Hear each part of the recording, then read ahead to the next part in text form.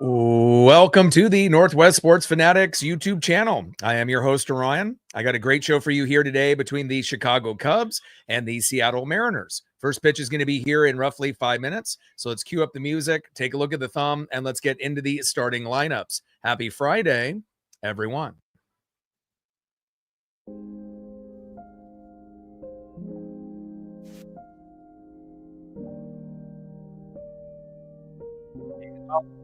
On the left, one of the best baseball players in the game, a front runner for National League MVP with Shohei Ohtani. It is PCA Pete Crow Armstrong. And on the right, one of the most all-around center fielders in the game for the Seattle Mariners, Julio Rodriguez. Now let's get into the starting lineups here first for the visiting Chicago Cubs. Leading off for the Cubs in center field, Pete Crow Armstrong. Batting second, playing right field, Seiya Suzuki. Batting third, playing first base, Michael Busch. Batting cleanup, batting fourth, third baseman, Alex Bregman. Batting fifth, playing left field, Ian Happ. Batting sixth, playing shortstop for the Cubbies, Nico Werner. Batting seventh, playing second base, Pedro Ramirez. Batting eighth, DHing for Chicago, Michael Conforto. And batting ninth, catching today for the Cubs, Carson Kelly. And on the mound for the Cubs, one of their aces, 8-2 record, ERA of 4.02. It is Matthew Boyd. And now let's get into the starting lineups for your Seattle Mariners. Leading off for the Mariners at third base, it's Donnie Brendan Donovan. Batting second, playing left field, Randy Arozarena. Batting third, playing right field, the Italian stallion, Dominic Canzone. Batting cleanup, batting fourth, center fielder, it's J-Rod Julio Rodriguez. Batting fifth, playing first base, it's Nails, Josh Naylor. Batting sixth, DHing for Seattle, Taylor Ward. Batting seventh, catching today for Seattle, big dumper, Cal Raleigh. Batting eighth, playing second base, Cole Clutch Young. And batting ninth, the shortstop, rookie phenom, Brock Rodden. And on the mound for the Mariners with a 7-7 record, ERA of 3.30, it is Emerson Hancock. We're going to be shooting for 100 likes, 100 on that dono train, and 5 to 15 subs. Let's get it, baby. Shout out to my boy Brooks Beats with the best beats on YouTube.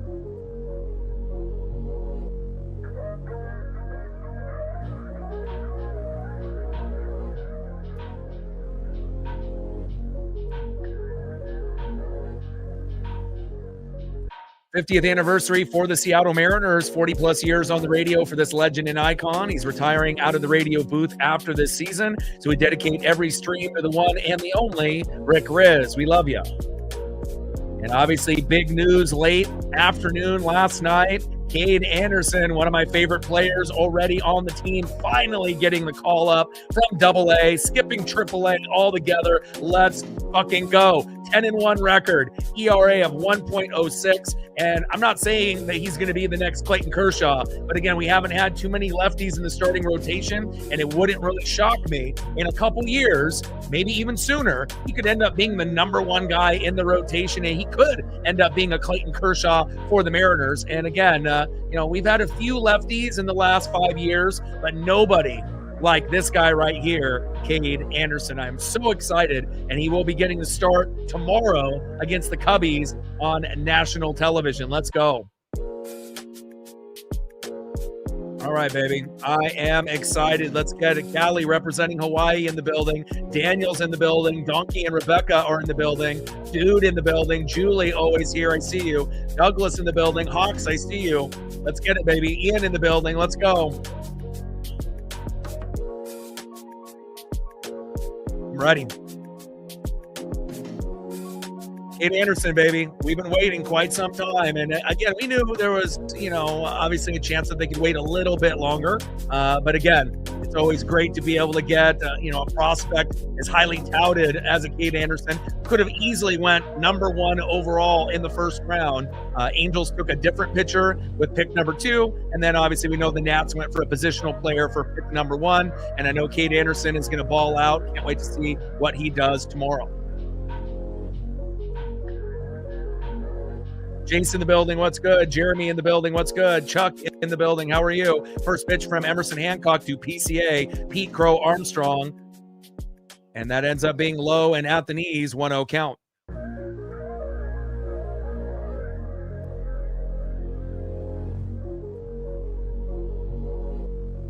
One-0 pitch, high and inside with a 94-mile-an-hour seam fastball, high and inside. 1 ball and 1 strike. From Hancock to PCA. Tried ends up. Let's go M's. 1-1 pitch. Popped up there by PCA and out of play. And obviously we know, with Dan Wilson's managing skill set, subbing in Cal Raleigh for, Johnny Pareda, that worked out. But again, I better not see Brock Rodden get substituted for Weston Wilson ever again. And there's no guarantee that we would have ended up tying the game up with runners at first and second for Pareda and Brock Rodden. But I think I would have rather gone with those two rather than Cal and Weston Wilson, even though Cal did end up getting on first base. But, a guy that's batting 300, that's got a hit pretty much in every game, and you're going to bring in a guy that, has been sitting for a couple hours. Hopefully we'll have a competent manager at the end of the season going into next year. Pitch fouled off and out of play. 1-2 pitch. And just gets a little piece as it goes back to the T-Mobile bricks right in front of Cal Raleigh. 77-mile-an-hour sweeper there. 1 ball and 2 strikes from Emerson Hancock to Pete Crow Armstrong.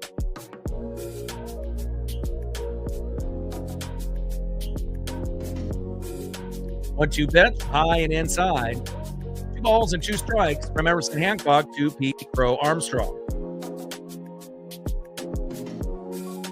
Fourth in the building, what's good?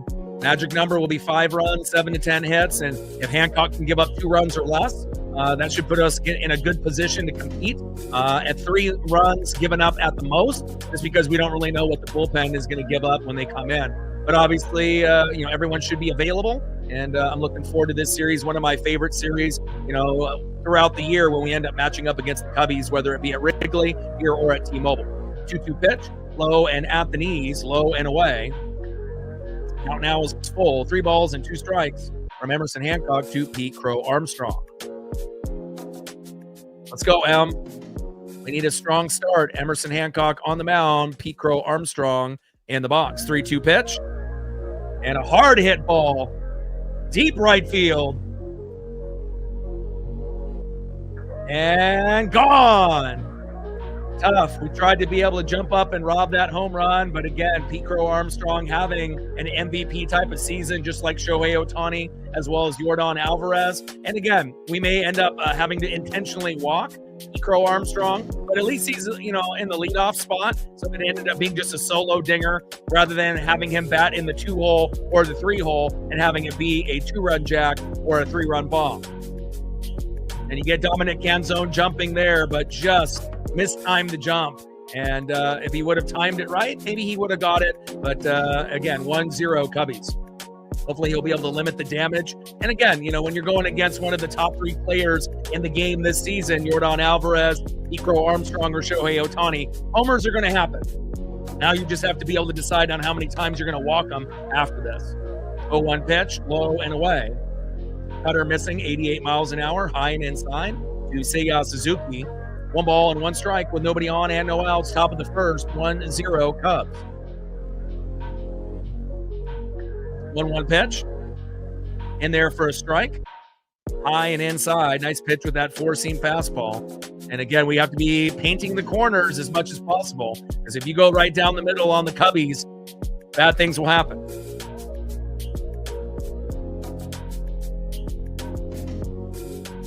1-1 pitch. Ends up being a strike. 1-2 pitch is being challenged here. Mariners challenge. There we go. And the 2-2 pitch turns into strike three. Great challenge there by Cal Raleigh. Down goes Seiya Suzuki on the 2-2 count. And again, nice job there by Cal Raleigh with the challenge going in our favor. Next up in the 3-hole, first baseman Michael Busch. On deck is Alex Bregman.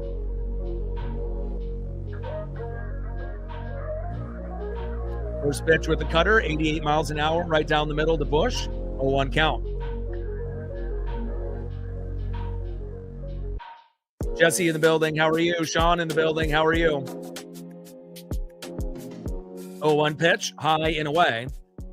1 ball and 1 strike from Hancock to Busch. I mean, PCA will get more support than Cal did last season against Aaron Judge. But again, anytime you're going against Judge or Ohtani for MVP, it's kind of tough, you know. But again, you know, Pete Crow Armstrong, I feel, is a little bit more well-liked than Cal league-wide. So there is a chance that might happen. And all the way back to the wall, them running hard, get him. And not really a great throw into second base. And a double there for Michael Busch. Come on, Randy, got to throw harder.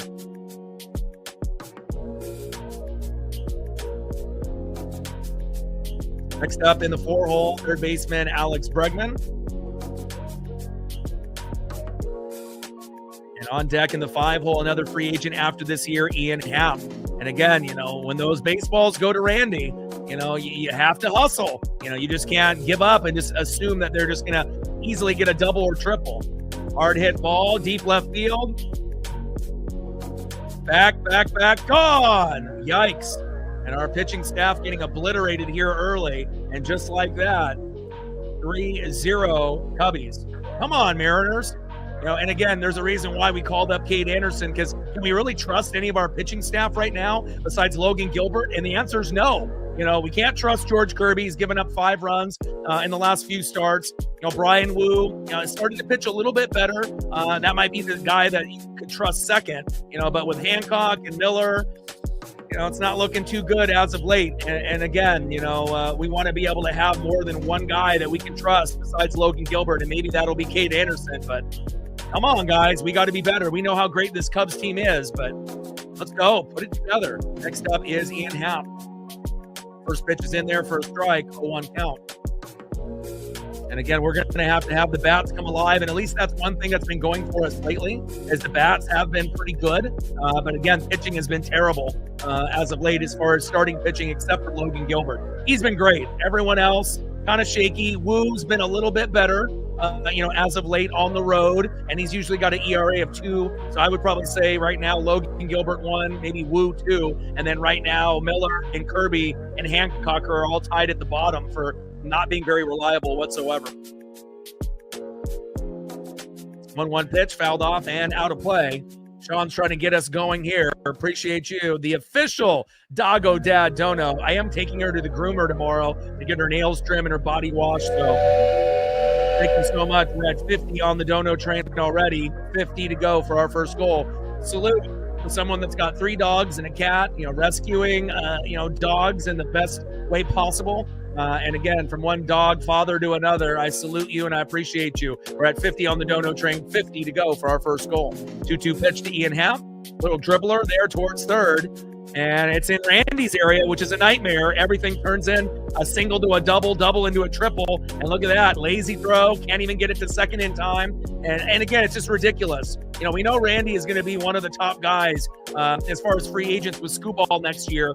Hap will be available. So maybe we swap Hap for Randy, or we just move Dominic Canzone or Luke Rayleigh over there and call up Lazaro Montez. But anything that goes off the wall or that it's a ground ball to Randy, you can almost automatically dial it in. A single will turn into a double will turn into a triple, and a triple will turn into an inside the park home run.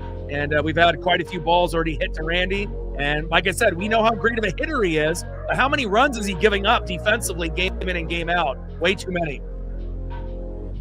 and it's already 3-0 Cubbies. And again, we got to have a better outing tomorrow for Cade Anderson's first game. And again, I think Cade is immediately going to end up being one of the top guys, in the rotation. And no, it's a jump, going from AA to AAA or skipping AAA altogether and going into the big leagues. But if you watched him in spring training, you watched him at LSU, and you watched him in AA, he's different, and again, you didn't really have a lot of guys, play like Cade Anderson in the farm. And again, we're going to need him to be electric, like Logan Gilbert, or on that kind of level, considering right now we can't trust Hancock, Kirby, or Miller. And again, maybe he ends up being on the Woo level or a little bit better.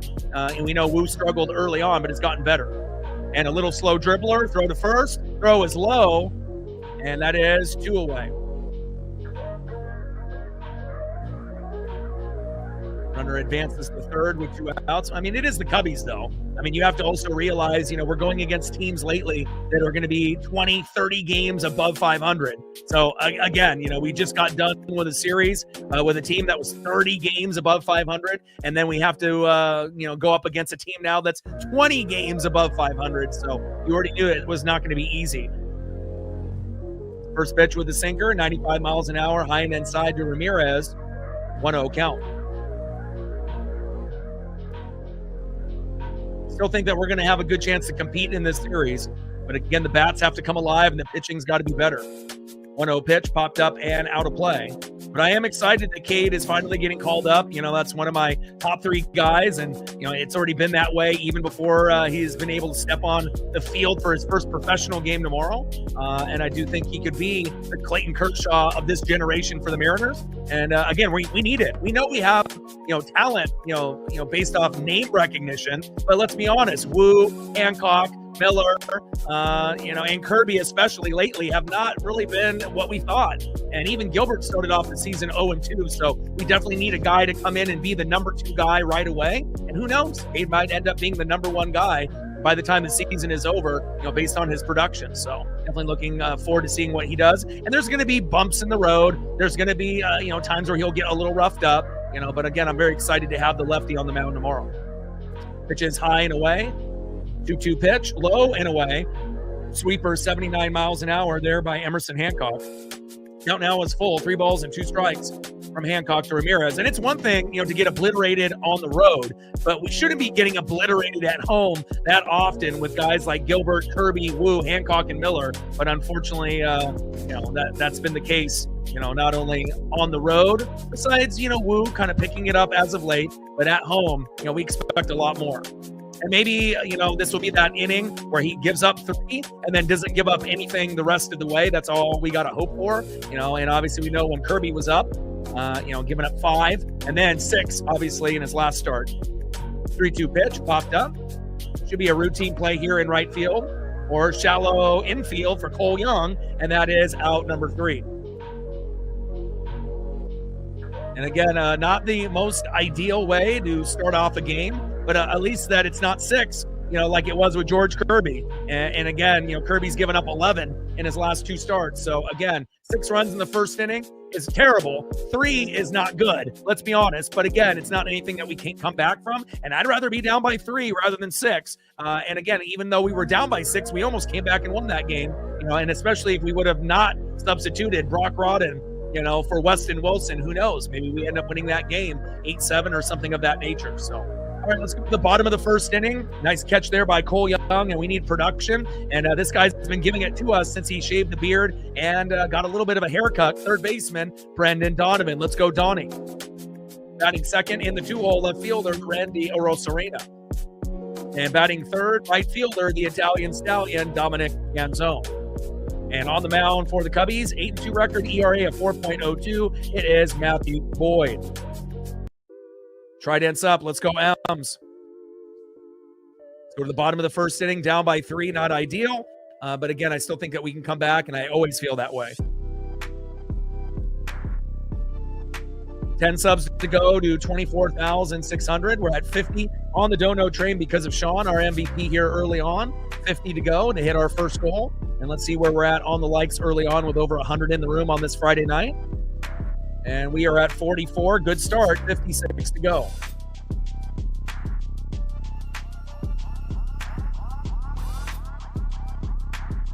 Shout out to our female audience, our subs, our regulars, our mods, and everyone watching in the United States, Canada, Mexico, South America, Asia, and beyond. I appreciate you and love you very, very much. Mariner Moose is coming out already here in the first inning. And again, we need that good luck charm. We got Cade Anderson called up last night. He's going to hopefully give us good vibes only, but we need to get things going here tonight with Brendan Donovan, who's been spectacular in his last 10 games.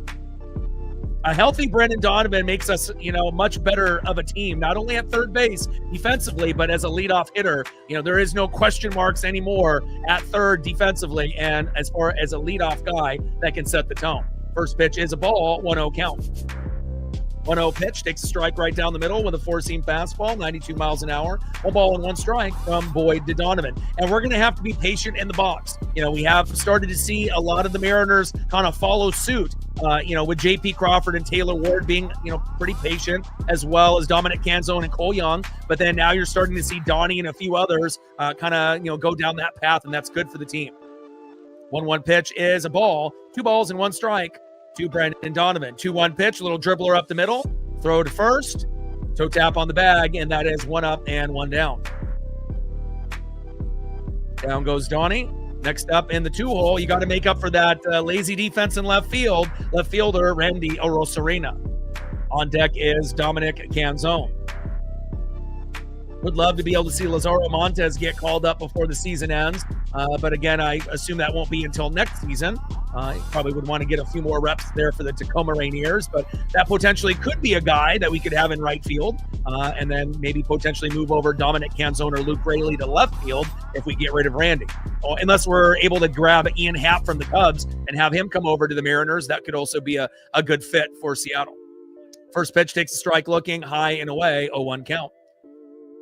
0-1 pitch, takes another strike looking high and inside. Four-seam fastball, 94 miles an hour. No balls and 2 strikes from Boyd to Arozarena. 0-2 pitch, and Randy pops it up. And Ramirez is there, and that is 2 up and 2 down. And again, it's so easy to be negative, not only in life, but on the Mariners, especially in 2026. Bad managing, injuries galore, the lack of hitting, the lack of good starting pitching or bullpen, and sometimes the lack of defense. So, we've had, and the lack of good base running, not bunting enough, not being able to steal enough bags. You can really go down the list and check off like every box, that a good team does. And then you look at the Mariners and think, man, we're not really doing a lot of these things on a regular basis or a consistent basis. But, you just got to be able to look at the bright side of things and take it one game at a time and one pitch at a time. First pitch is a strike, 0-1 count. 0-1 pitch, big swing and a miss to Dominic Canzone, chasing low and away. And Dom has been a little overly aggressive as of late and chasing at pitches that he knows that he shouldn't. And hopefully he'll be able to kind of lock in, because we need a Dom bomb at some point either today or in the series. Let's go, Dominic Canzone. Jonah in the building, Ian in the building, Daniel in the building. I see you. C in the building. Let's go. 0-2 pitch, low and away. Slider 84 miles an hour there by Boyd. 1 ball and 2 strikes to Dominic Canzone.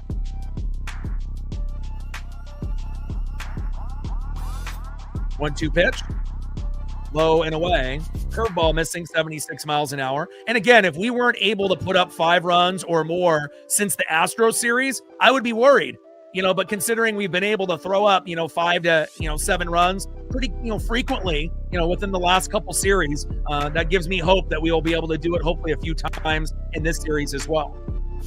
2-2 pitch, little dribbler there towards first and out of play. And then also considering, we're going to have some tough opponents coming up as well, right? We're going to have the Phillies. We're going to end up having the Red Sox as well as the Blue Jays. But again, we obviously know what we had to deal with in the previous series with the Milwaukee Brewers, 30 games above 500. That was ridiculous.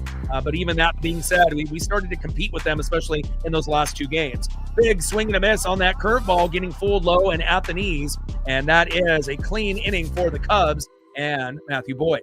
All right, end of the first inning, 3-0 Chicago. But again, if we can get 1 run within the first 5 innings, it should be able to put us in a good position later in the game. But hopefully we'll be able to tie the game up before then. But wishful thinking.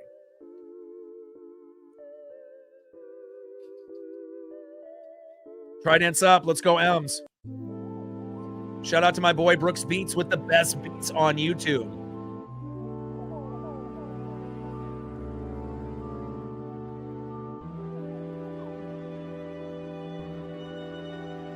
Next up for the Cubs in the 8-hole, DHing Michael Conforto. Batting second in the 9-hole, catcher Carson Kelly. And back at the top of the order with a solo dinger already, center fielder, the National League MVP with Shohei Ohtani. Who will win? We'll find out. PCA beat Crow Armstrong. Trident's up. Let's go M's. 10 subs to go to 24,600. 410 to get to 25,000. We'll be able to gain some ground on those sub numbers here today. We're at 50 on the dono train because of Sean, our MVP early on. From one dog father to another, I appreciate you more than words can say. And we now have 50 to go on our next goal, and we're at 46 on the likes, 54 to 100.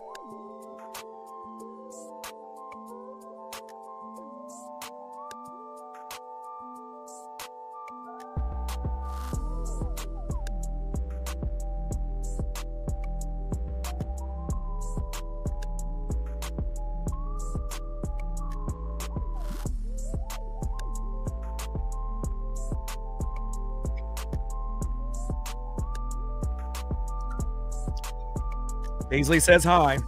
She got a new blanket today, and she's going to go get her nails trimmed and dremeled, and I'm going to do a self-wash, at a place that we go for a groomer a few cities away, but I've been going there for her whole life. So Carlos Vargas is back on the team as well. They just panned in on him, so that's fantastic. And Davila obviously going to AAA, and it'll give us another piece that we haven't had all year. Looking forward to seeing Carlos Vargas. 1-0 pitch, big swing and a miss, low and at the knees. 1 ball and 1 strike from Hancock to Conforto. We're still waiting for Criswell and Matt Brash, and we really haven't been the same team since Brash went down. We were 2 games above 500 when Brash was still available with us, and obviously we know right now we're 8 games back from 500, but only a few games back, obviously, from the Rangers and the Stros, about half that amount. So big swing and a miss on the 1-2 pitch, low and away. Count now is 2 balls and 2 strikes from Hancock to Conforto.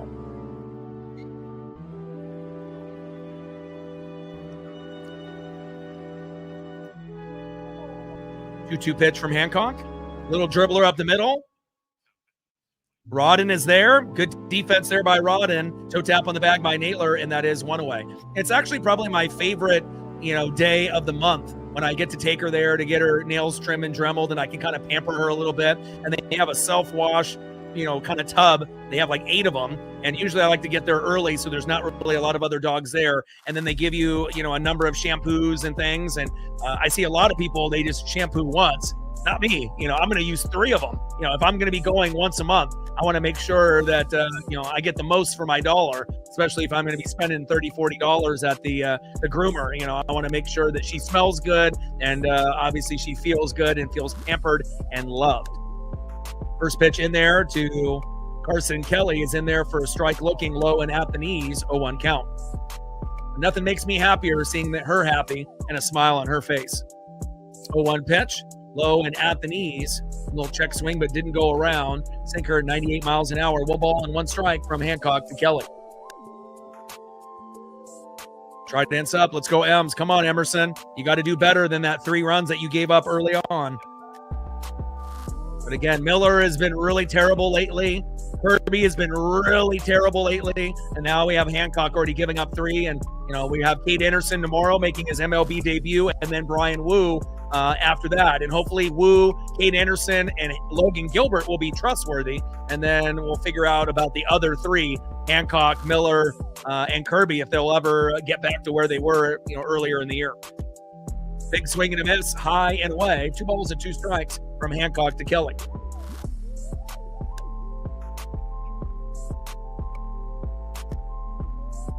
2-2 pitch by Hancock. And a sweeper with some good movement, but you don't get Kelly to bite on that pitch there. Low and away. Count now is full. 3 balls and 2 strikes with nobody on and 1 out. Top of the second inning, 3-0 Cubbies. 3-2 pitch, fouls it off himself, and it kind of rolls towards third base, out of play. Count still remains 3 balls and 2 strikes from Emerson Hancock to Carson Kelly. Kelly in the box. Emerson Hancock on the mound.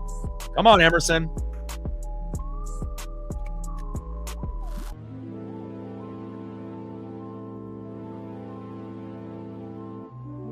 3-2 pitch. Popped up into right field, fading out of play. Nice four-seam fastball, 95 miles an hour there by Emerson. Count still remains full. 3 balls, 2 strikes with nobody on and 1 out. 3-0 Chicago.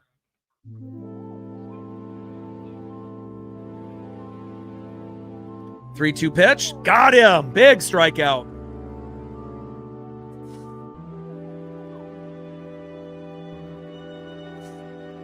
There we go. Nice punch out there by Emerson Hancock. Next up. Now I'm curious to see on how they're going to be, pitching to Pete Crow Armstrong. He already has 1 home run already. Are you going to walk him? And again, intentionally walking Pete Crow Armstrong once a game, I don't think any Mariner fan has an issue with that. Now, obviously, you're not going to intentionally walk him every at-bat in every game, but again, if you end up getting into a 3-0 count, just, having him go to first would probably be better than trying to throw right down the middle and having him hit another home run. And obviously, he is locked and loaded.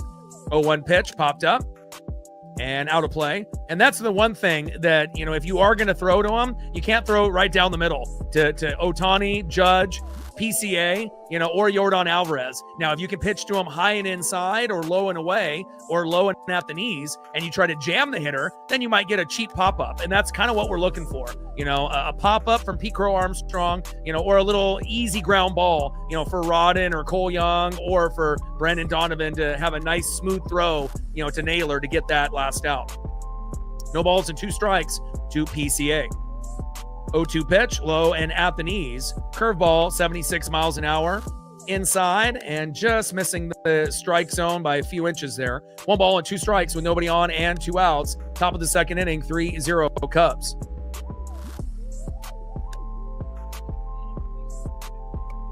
One-two pitch.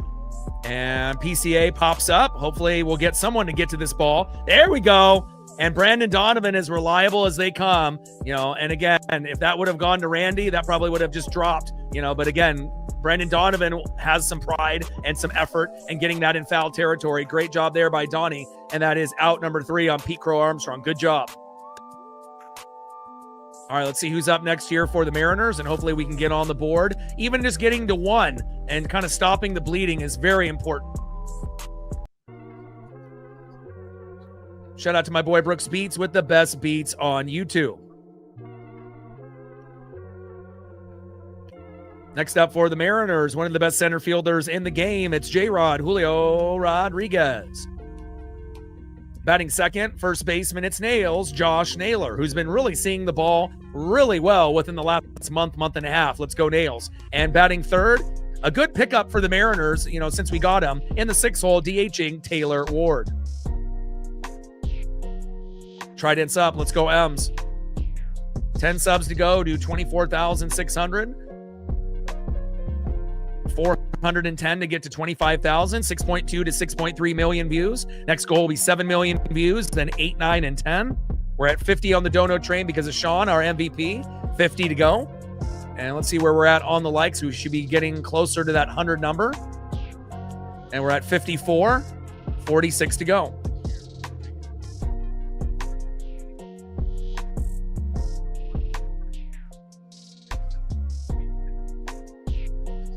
Shout out to our female audience, our regulars, our mods, our new subs, and everyone watching in the United States, Canada, Mexico, South America, Asia, and beyond. Let's go. Just got to be able to get on the board. The longer that we sit at 0, the harder it's going to be able to come back and, obviously having to wait for that bullpen pitcher to come in. And we just want to make sure that we can rough up the starter for at least a run and then hopefully, take advantage of a bullpen, here tonight. First pitch to Julio, popped up in right field, fading out of play. 0-1 count. Next home run for Julio will be number 20. Same thing goes for Dominic Canzone.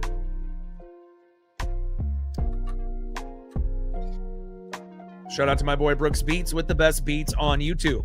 0-1 pitch, four-seam fastball, 94 miles an hour, in there for a strike. No balls and 2 strikes from Boyd to Rodriguez.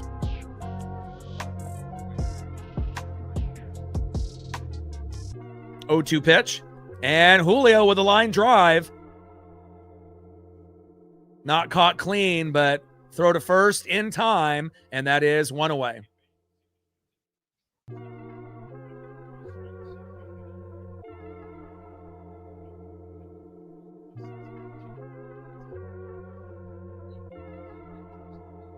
Nice defense there by Nico.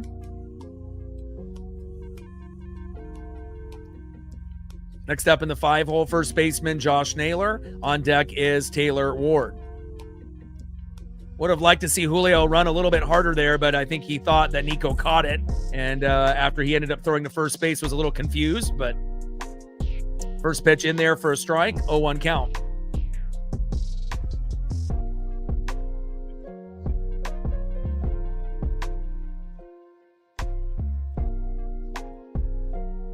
Oh, 1 pitch, high and inside with a slider, 82 miles an hour, 1 ball and 1 strike from Boyd to Naylor.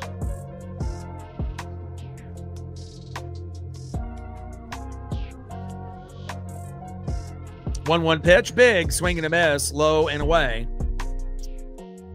1 ball and 2 strikes with nobody on and 1 out. Bottom of the second inning, 3-0 Chicago. Nasty slider low and away. Naylor's got to be patient in the box. 1-2 pitch. And a little dribbler up the middle. Yes, and it skates through. Let's go.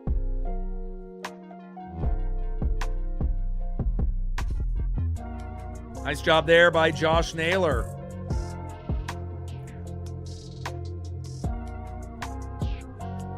One-two count, and, nice follow-through swing with a single right up the middle. Great job there by Naylor.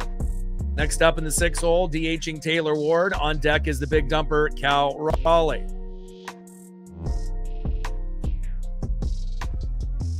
First pitch inside with the curveball, 72 miles an hour, 1-0 count.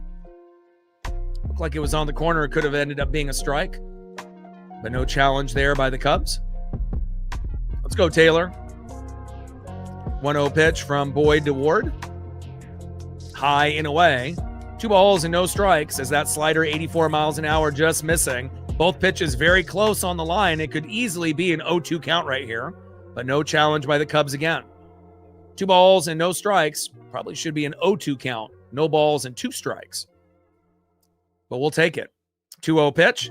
High and away. Good patient at-bat here for Taylor Ward. 3 balls and no strikes with a runner at first and 1 out. Let's see if we can get on the board this inning.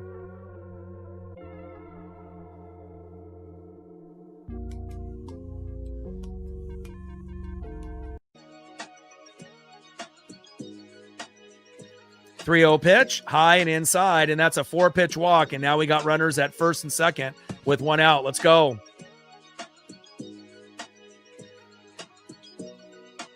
Great job there by Josh Naylor with a single up the middle on a 1-2 count, and then taking 4 straight balls, Taylor Ward, and now we're in a good position here for the big dumper, Cal Raleigh. Let's go, Cal. On deck is Cole Clutch Young.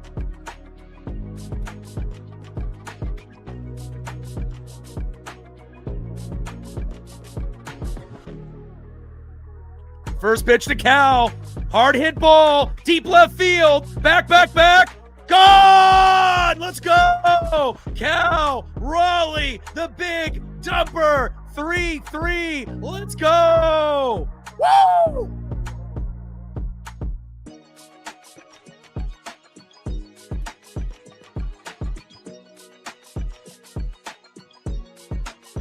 Let's go, baby.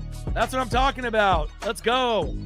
I got the Cal jersey on today. And again, Cal seeing the ball a little bit better from that right side rather than the left side. I've been saying that all year. And first pitch from Boyd, Cal Raleigh. We know he's had a terrible batting average all season long, but never count out Cal Raleigh. Still could end up getting to 20 home runs before the season is over. And just like that, Cal Raleigh getting the job done. Let's go, baby. Hell yeah. We needed that, and we're right back in it. Let's go. Next up is Cole Clutch Young. Woo! Let's go. This team is always full of surprises. And Young with a little slapper into left. Woo! Let's go. And again, it just kind of felt like we were going to score, but, we just don't really know, who's going to end up being the hero game in and game out. But so far, it is Cal Raleigh. Yes, sir. Cole Young with a nice single in the left. Next up, rookie phenom, Brock Rodden. Let's go, Brock. And then on deck is Brandon Donovan. And again, I really like the batting order. This is one of the best batting orders we've had all year round. And, even though, our pitching hasn't been very good lately, the hitting has definitely taken a big leap. So again, it's always one thing or another. Pitching amazing, no hitting, right? Hitting amazing, no pitching. But at least if the defense and the hitting are there and the bullpen, I can still, acknowledge and accept the fact that, okay, if Kirby and Miller and Hancock are going to be Bootios, and then Wu, hopefully Cade Anderson and Gilbert will be good. Again, you can't have everything that you want, but hopefully we can have at least 3 guys out of 6 that we can trust on the mound. And Wu still is in that process of being trusted, but started to be a little bit better on the road, and obviously at home, a little bit better than some of the others that we've seen as of late. Let's go.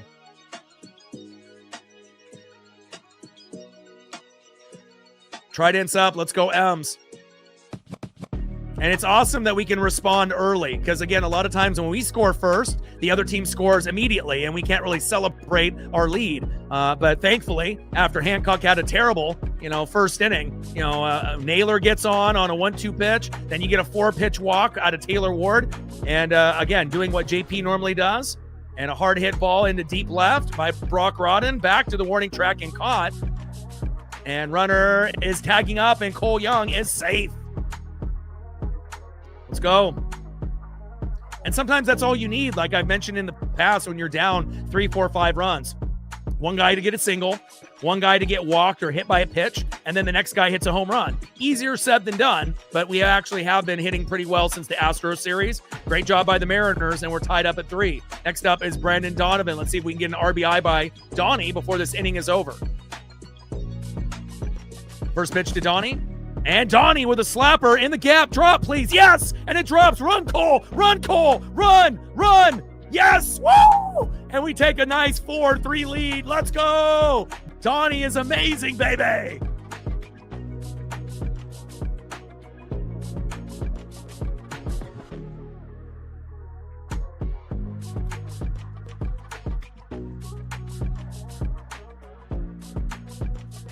Let's go! I'm telling you, Donnie is the answer. If Donnie was healthy all year, right, and he plays, like he did at the beginning of the year or like he is right now, we would be 5 to 10 wins more than what we're at right now. It shows you he's the best leadoff hitter we've had since Ichiro, and that's really saying something. And again, hopefully he'll be able to stay healthy while he's in a Seattle Mariner uniform, but you're really seeing the impact of Donnie not only playing third base and defense, but him as a hitter, sets the tone, sets up everyone else around him, and also having Rodden, behind him is obviously beautiful. Randy pops up on an 0-1 pitch. This should be the end of the inning here, and that is out number 3. Hey, down 3-0, never give up on this team. And I know it hasn't been a very good year, right? 8 games below 500, 4 games back within the division. But again, you just got to be able to understand that, not everything is going to come into play. Starting pitching, bullpen, hitting, and defense every game. But if we can get 3 out of 4, with great hitting, great defense, and a good bullpen, we might end up having half of our pitching staff not looking that great lately. But Cade Anderson's getting called up. Brian Wu has looked pretty good as of late, and Logan Gilbert has been steadily our top guy in the rotation. So again, if this was earlier in the year, no way in hell we score 4 runs in an inning. But again, just like that, don't lose faith. I never will. 4-3 Mariners get a big 4-run inning, and now we have a 1-run lead. Trident's up. Let's go, M's. Let's go. Hell yeah. End of the second inning, 4-3 Seattle. Good job, Mariner Moose.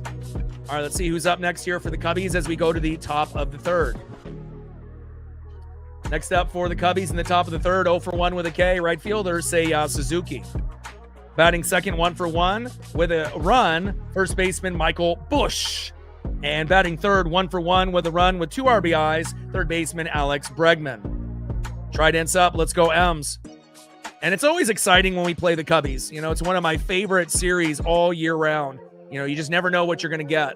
regardless if we have good records or bad records, Chicago or Seattle. 10 subs to go to 24,600, 410 to get to 25,000, 6.2 to 6.3 million views. Next goal will be 7 million views. We're at 50 on the Dono train, 50 to go. Shout out to Sean, our MVP. See if we can get a few others to help out with that as well. And let's see where we're at with the likes after a big 4-run inning by the Mariners. And we're at 67, 33 to go.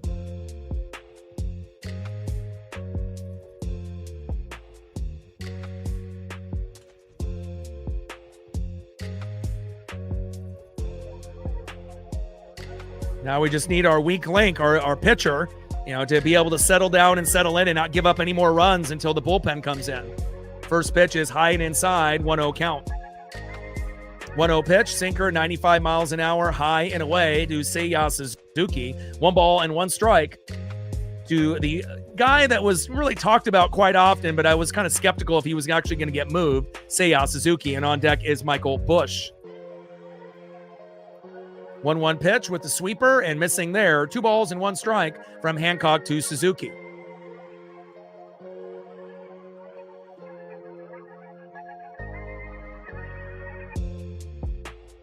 Two-one pitch, pop back to the plate, to the T-Mobile bricks behind the plate. 2 balls and 2 strikes from Hancock to Seiya Suzuki. Let's go. And again, no disrespect to JP or Julio or Randy or even Cole Young, one of my favorite players on the team. But, Donnie is the only guy that should be leading off. Not Taylor Ward, not Randy, and again, maybe Cole Young might be the second best choice, but Cole does much better when he doesn't have the pressure as being a leadoff guy. And, again, Donnie is the perfect guy to set the tone game in and game out. And he has been absolutely electric in the last 11 games. It may not be no shave November like we've said in the past, but again, that shaved beard look is working. 2-2 pitch and another ball, low and away. Sinker, 95 miles an hour by Hancock missing. Count is full. 3 balls and 2 strikes from Hancock to Suzuki. 3-2 pitch. Just got a piece. I was hoping that he was going to get that punch out, but Suzuki just got a little foul tip there. Count now is 3 balls, 2 strikes, nobody on and no outs. Top of the 3rd inning, 4-3 Mariners. Let's go.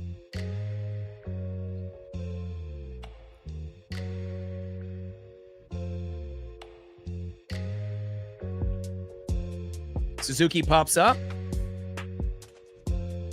and out of play.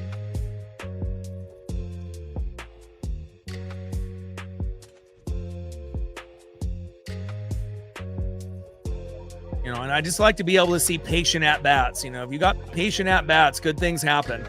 And again, the hitting is really starting to come together. Now we just need Candy Anderson when he starts tomorrow and gets a few more starts before the season ends. A little slow dribbler by Suzuki. Throw to first. And kind of a wild throw there by Brock Rodden. And Naylor can't handle it, and he is safe.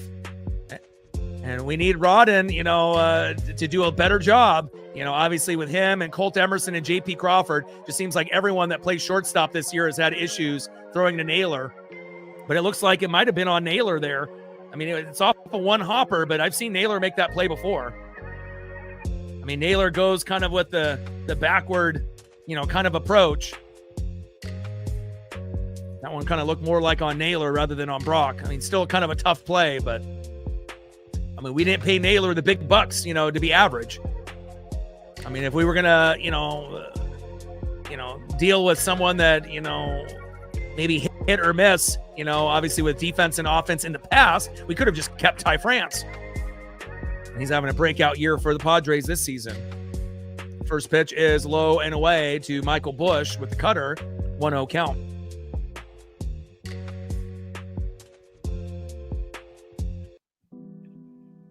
One-oh pitch popped up to shallow center. Julio is there. And great job there by Julio Rodriguez in the no-fly zone. And that is 1 away.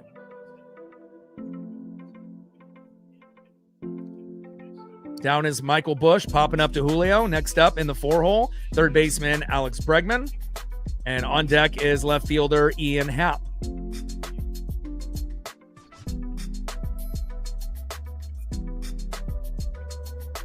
First pitch, big swing and a miss right down the middle with the cutter.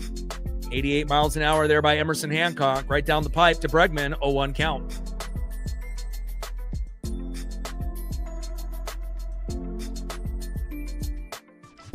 Oh, 1 pitch. Little dribbler towards third. Donnie with a long throw. And throw goes over Naylor's head. And runners advance. Go, throw home. Get him. And thankfully, the throw gets to home in time. And defense. So it looks like right now, starting pitching and defense are not looking that great. But at least the hitting is, doing their job. And hopefully, the bullpen will be like the hitting, because we can't have, just one category out of 4 working thinking we're going to win.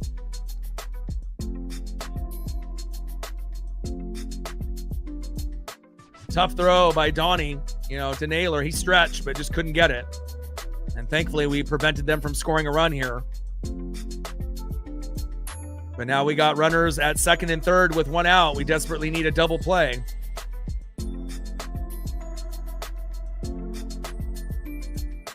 First pitch to Happ, fouls it out of play. 0-1 count. And a throwing error by Donnie. And we actually have 2 errors today, which is not ideal. So defense, starting pitching, not good. Hitting, fantastic. And we just got to hope the bullpen will be like the hitting today. And we'll have 2 out of 4. And rip down the line and thankfully foul. Otherwise, that would have scored 2 runs there by Ian Happ. No balls and 2 strikes with runners at second and third with 1 out. Top of the 3rd inning in a very exciting matchup here on Friday night between the Cubs and the Mariners. Come on, Emerson.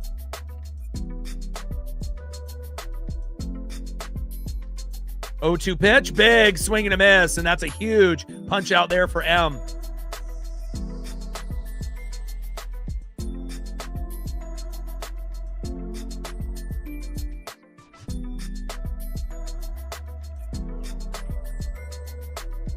Next up for Emerson Hancock will be Nico Werner.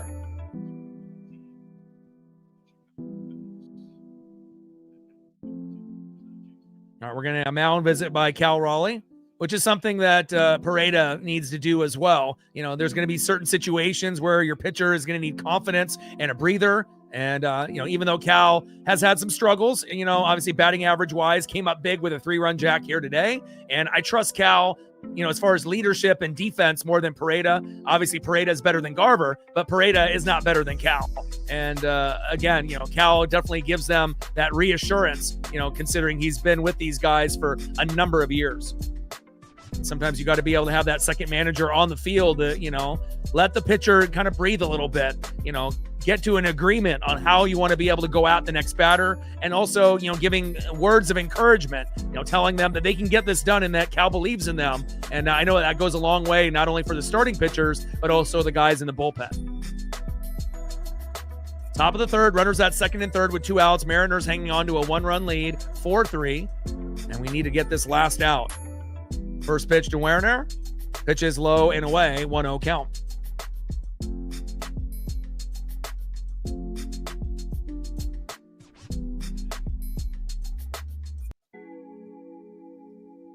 Shout out to my boy Brooks Beats with the best beats on YouTube. 1-0 pitch. And a little dribbler up the middle. Get it, baby. Yes.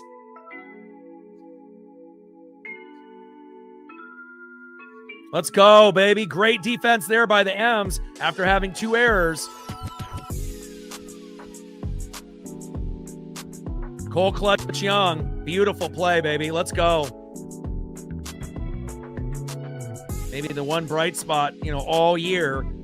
Cole Clutch Young, and again, to be able to make a running play like that at second, throwing across your body to first, he can play offense, he can play defense, he can do it all, Cole Clutch Young. And after having 2 errors, we could be down by 2 or 3 runs right now, and thankfully, even with the 2 errors, no runs come home. Mariners still hang on to the 1-run lead. Let's go. Now let's see if we can add on another run or 2 here in the bottom of the 3rd.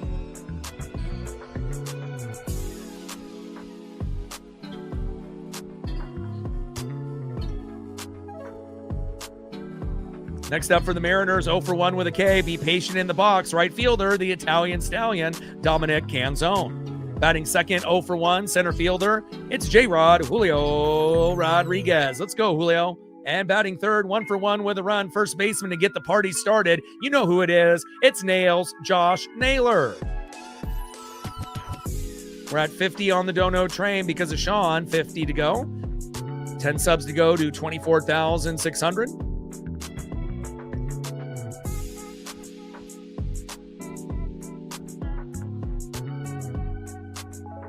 See where we're at on the likes. So we should be getting a little bit closer to that 100 number. And we're at 73.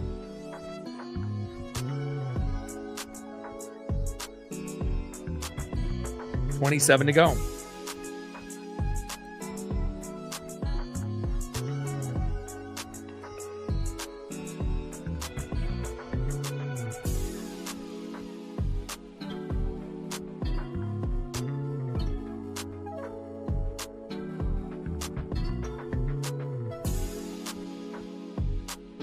All right, first pitch from Matthew Boyd to Dominic Canzone. And Dom has been kind of overly aggressive, and it hasn't really worked for him lately. Stuck at 19 home runs like Julio, but the next one that he hits will put him in 20, and hopefully we get that tonight. 1-0 pitch. And Dom with a little dribbler towards first. Run, Dom, run! And a foot race at first. We may have to look at a replay there. Looks like Dom was very, very close. But I assume that we will not challenge here, and that is 1 away. Let's take a look at the replay to see how close it really was. Oh, and just getting that foot down in time there by Boyd, and that is 1 away.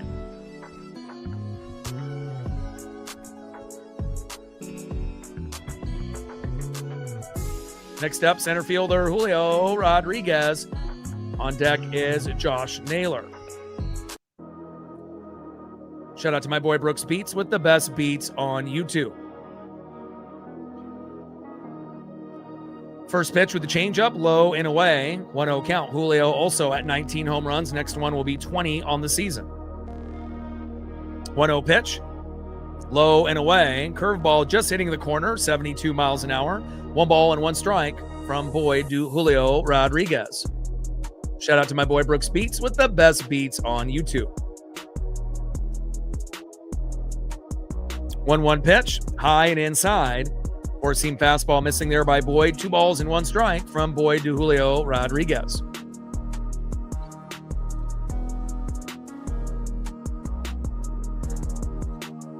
Two-one pitch, big swing and a miss.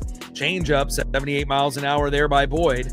2 balls and 2 strikes with nobody on and 1 out. Bottom of the third inning, 4-3 Seattle.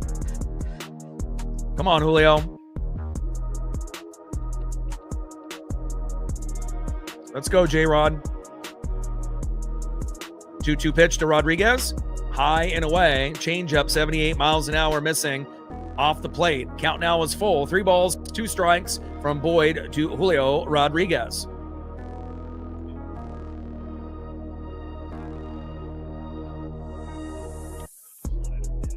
And slider down and in, and that is strike 3.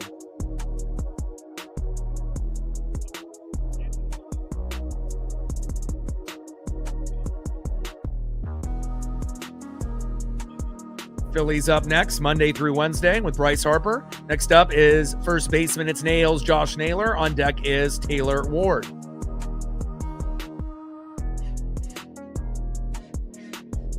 And Naylor showing bunt and pulling back at the last second, 1-0 count. Toby in the building, what's good?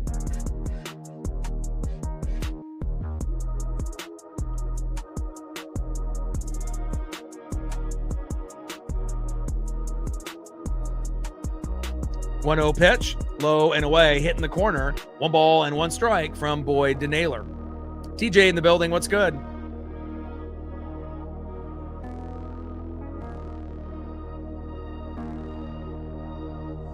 One pitch in there for a strike, right down the middle. 1 ball and 2 strikes with nobody on and 2 outs. Bottom of the third inning, 4-3 Mariners. What's good, TJ? You know, we got down 3-0 early, but Cal Raleigh with a big 3-run jack. And then obviously, being able to add on a little bit more after that and taking that nice 4-3 lead. Brendan Donovan doing Brendan Donovan things. And again, it all started with Naylor getting a single, then Ward getting a 4-pitch walk, Cal, getting the big 3-run jack, and then Donnie doing Donnie things. 1-2 pitch. And Naylor pops up. Should be a routine play here into shallow left for the Cubbies. And that is out number 3.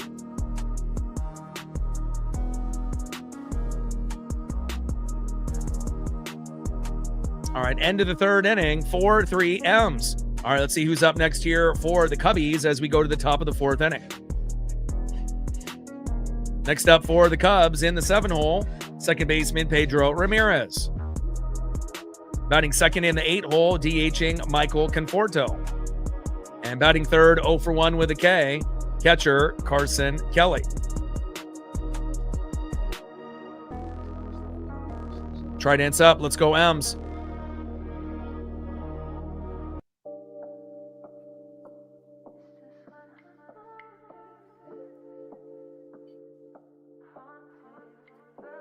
$11 subs to go to 24,600. We're at 50 on the Dono train, 50 to go. Shout out to Sean for getting us going. A true MVP day in and day out. And we're at 79 likes, 21 more to get to 100.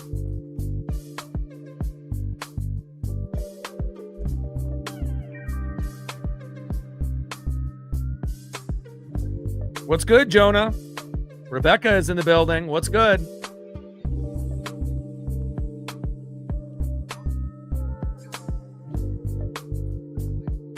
Shout out to our female audience, our regulars, our subs, our mods, and everyone watching in the United States, Canada, Mexico, South America, Asia, and beyond. We love you. We are global, baby. 50th anniversary for the Seattle Mariners, 40-plus years on the radio for this legend and icon. It's retiring from the booth after this season, so we dedicate every stream to the one and the only Rick Riz. We love you. Trident's up. Let's go M's. And it all started off with a Pete Crow Armstrong solo dinger, making it 1-0. Then Bregman homering with Bush on board, making it 3-0 on Emerson Hancock. Cal Raleigh ends up getting a 3-run jack of his own with Naylor and Ward on board. And then Donnie with a single to right, scoring Cole Young. And we have a 4-3 lead. That's a quick recap if you're just hopping in. First pitch into Ramirez is a sinker, low and away, 0-1 count.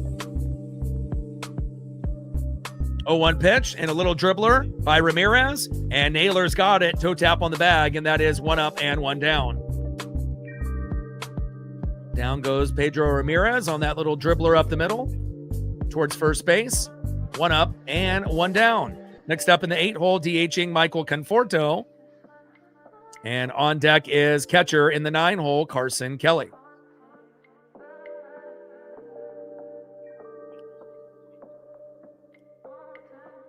First pitch, little dribbler towards first base, and foul out of play.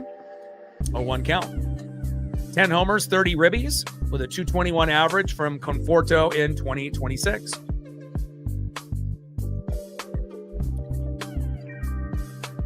And we got Cade Anderson making his major league debut tomorrow, which is very exciting. One of my top 3 favorite players already, with obviously Cole Young at 1, Julio at 2, and Cade at 3. And Hancock ends up hitting Conforto on the foot, and that one got away from him. And hopefully that'll be the only time that we see Emerson hit anybody. 76 miles an hour, and anytime you have a curve or a sweeper that gets away from you, looks like it got him a little bit on the shin area, as I'm seeing the replay there, but he's got a shin guard, so he'll be okay. Conforto to first. Next up is Carson Kelly.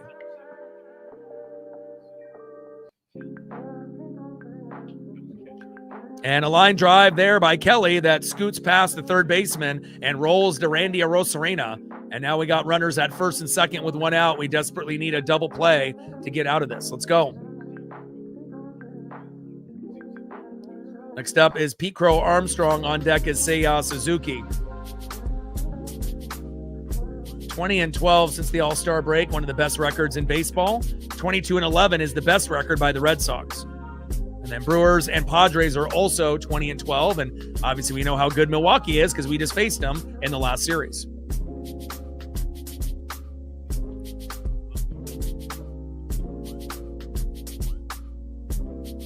Awesome. Go Hawks. Hopefully they'll be able to play well, even though it may be a lot of backups and rookies and whatnot.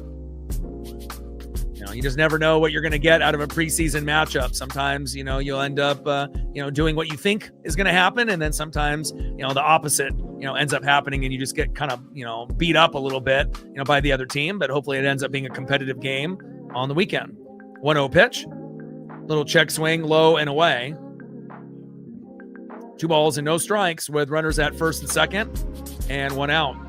Got to be careful here with Pete Crow Armstrong in the box.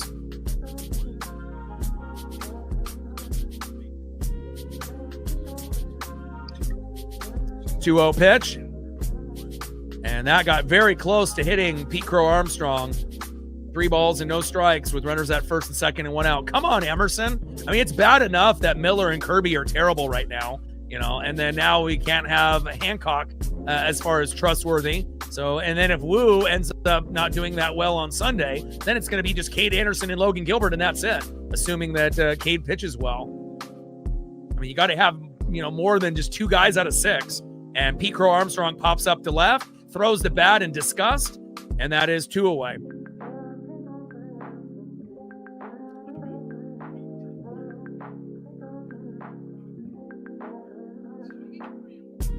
Next up in the 2-hole, right fielder Seiya Suzuki, and hopefully we'll be able to get out number 3 right here and keep them stranded at first and second.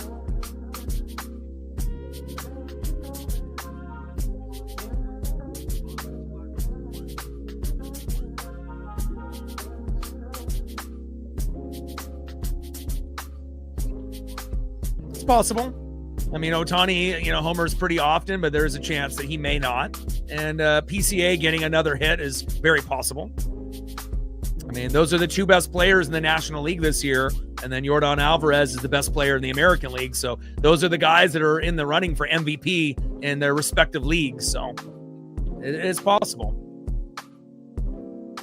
First pitch is in there to Suzuki for a strike with that cutter, 0-1 count. 0-1 pitch popped up into right field, fading out of play, and a good pitcher's count now. No balls and 2 strikes with runners at first and second and 2 outs. Top of the 4th inning. Mariners were down 3-0, and we're a very resilient ball club. Starting pitching hasn't been good lately. Defense today hasn't really been very good. Hitting has been amazing since the Astro series, and we just got to hope the bullpen will be amazing as well. 0-2 pitch. Got him! Let's go! Big punch out on Seiya Suzuki, freezing him, strike out looking, and we keep 2 runners stranded, and we still hang on to a 4-3 lead. Tridents up. Let's go, M's.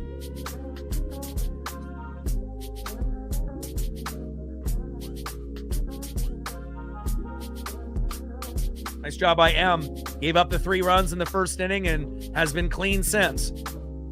All right, let's see if we can end up adding on another run on the board here in the bottom of the 4th.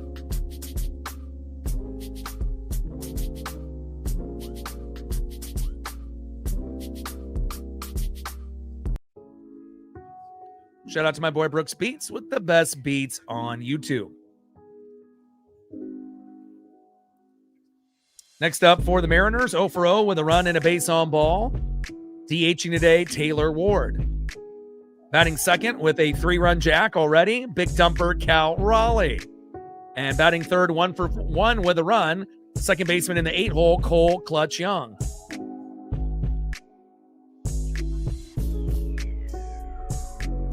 Tridents up. Let's go, M's.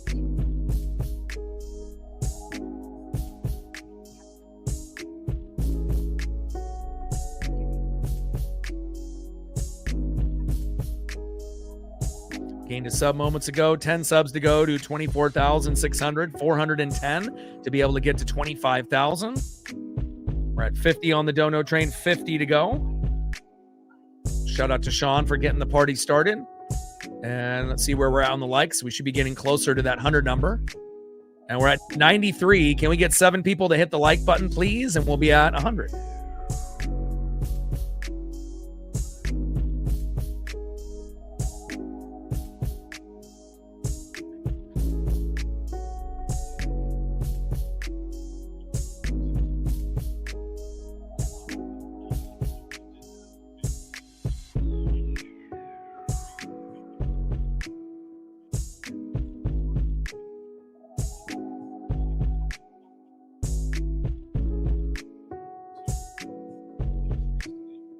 First pitch is high and away to Taylor Ward with a changeup.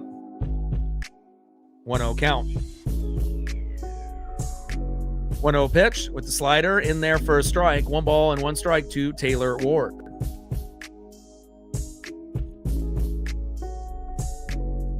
1-1 pitch, four-seam fastball, 92 miles an hour, in there for a strike. 1 ball and 2 strikes from Matthew Boyd to Taylor Ward.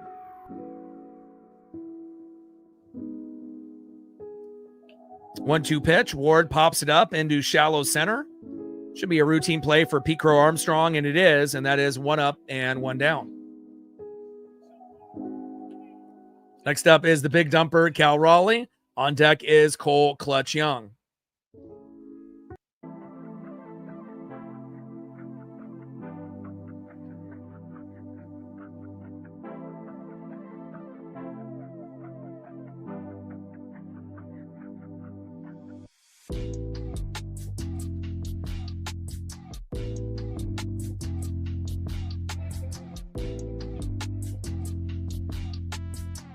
First pitch to Cal is low and away, 1-0 count. 1-0 pitch, Cal with a line drive to third, throw to first, and Cal not in time, and that is 2 up and 2 down. Nice play there by Bregman at third.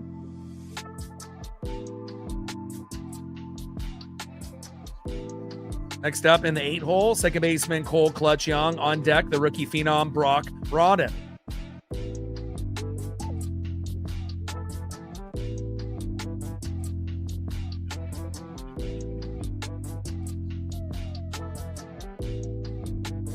First pitch with the slider, 82 miles an hour, 1-0 count. Pitch is low and away there by Boyd. Bottom of the 4th inning, 4-3 Seattle.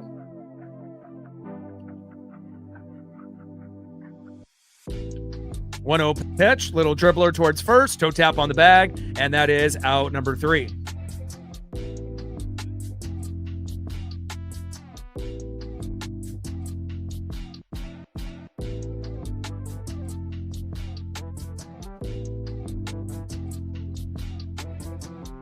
Yeah, I did see that earlier about Jake Bobo. You know, obviously a role player, but, you know, still.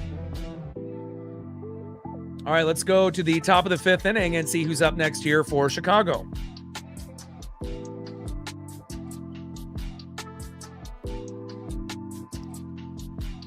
Next up for the Cubbies, 1 for 2 with a run in the 3-hole, first baseman Michael Busch. Batting second, 2 for 2 with a run with 2 RBIs and some great defense, third baseman Alex Bregman. And batting third, 1 for 2 with a K, left fielder Ian Happ. 4-3 Mariners at the end of the 4th inning.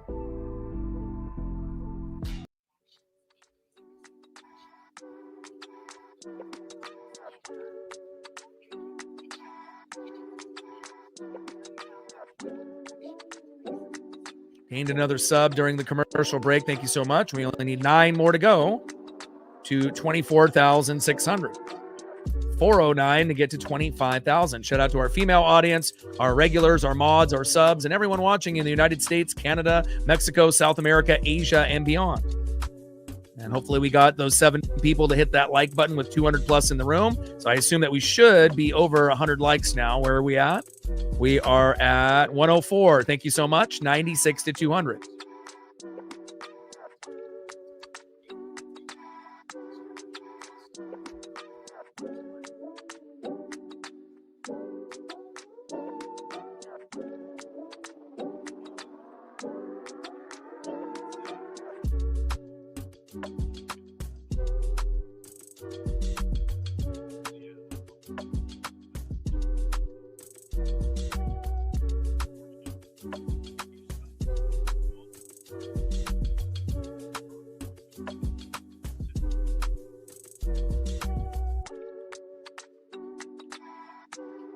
And Busch with a nice line drive going back to the wall. And he's going for 2. And safe.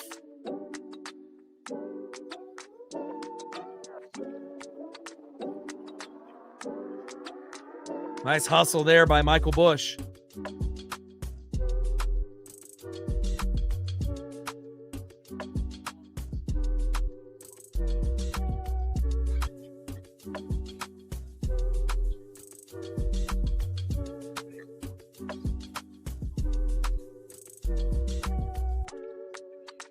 dove a little bit too soon, but still made it into second in time.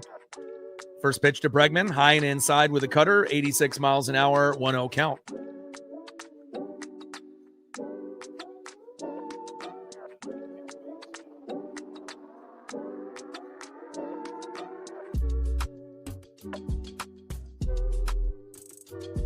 One-0 pitch, popped up and out of play. 1 ball and 1 strike from Hancock to Bregman. Shout out to my boy Brooks Beats with the best beats on YouTube. Last 23 games, Bregman batting .344, OPS over 1,000. Very locked in, and obviously we know he's a great defender on the regular as well. 1-1 pitch, big swing and a miss with that sweeper, low and at the knees, 76 miles an hour there by Emerson Hancock. 1 ball and 2 strikes with a runner at second and no outs. Top of the 5th, 4-3 Seattle.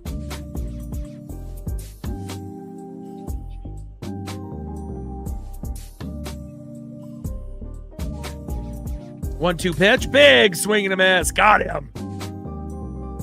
Great punch out there by Emerson Hancock there on Bregman.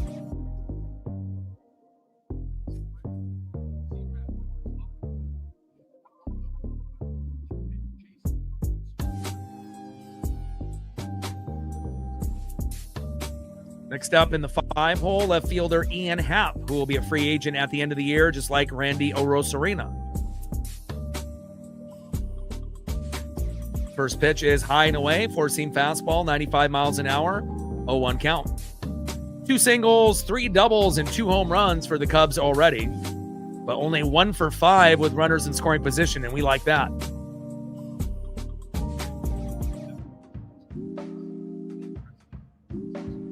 And it would be nice if the Mariners could get a starting pitcher not to give up 3 to 6 runs in the first inning, which has kind of been a common theme for us as of late, but we do have Cade Anderson making his MLB debut, the LSU Natty Phenom. And again, 10-1 record with an ERA just over 1 in 18 starts. And again, could have been the first pick in the draft overall. And I'm very blessed that with the 3rd pick, we were able to grab it. I mean, if you're going to develop a pitcher, Seattle is where to go. 0-2 pitch, low and at the knees. Good frame job there by Cal, but just out of the strike zone. 1 ball and 2 strikes with a runner at second and 1 out. Top of the 5th, Mariners hanging on to a 4-3 lead. 1-2 pitch, big swing and a miss. Let's go.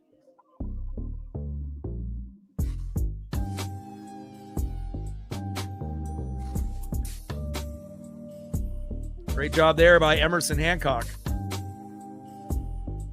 And that is 2 away.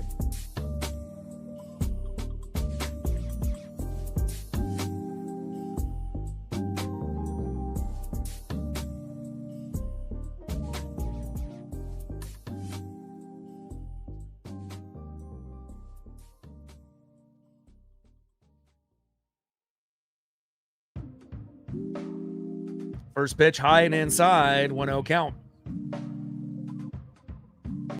Oh, looks like they ended up getting the strike right on the corner.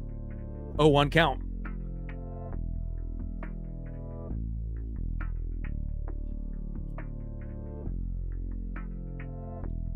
Little dribbler towards third base and out of play. No balls and 2 strikes from Hancock to Werner.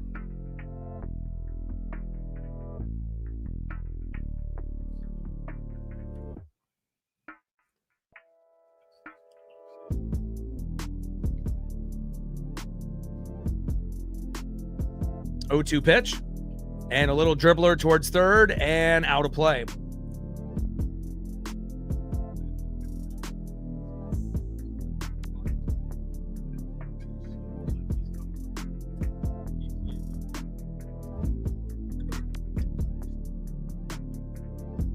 I got Spire warming up in the pen already. Top of the 5th inning, 4-3 Seattle. 0-2 pitch. Low and away with a sweeper, 78 miles an hour there by Emerson Hancock. 1 ball and 2 strikes with a runner at second with 2 outs. Mariners hanging on to a 4-3 lead after being down 3-0 in the first and responding immediately there with 4 in the second.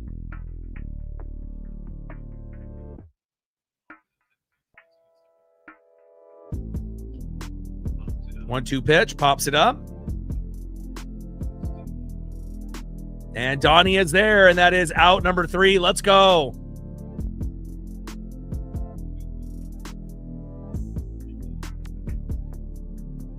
Nice job there by Donnie. And even though he's had guys on base almost every inning, again, runners in scoring position, when you can hold the Cubbies, to 1 for 5, 1 for 6. Again, we know we already have 2 errors today, and starting pitching in that first inning hasn't been good for us as of late. Been able to respond with guys like Cal Raleigh to match that 3-0 deficit to make it 3-3. And now we are up 1. Hopefully we can add on another run or 2 here. Let's see who's up next for the Mariners in the bottom of the 5th.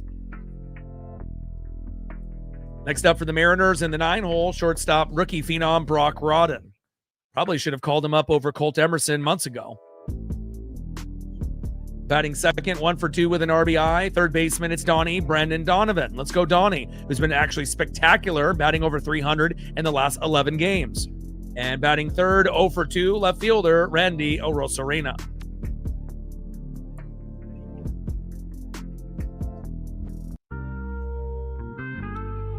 Tried in sub. Let's go Ems. 9 subs to go to 24,600. Gain another sub during the commercial break. Appreciate you. 8 subs to go to 24,600.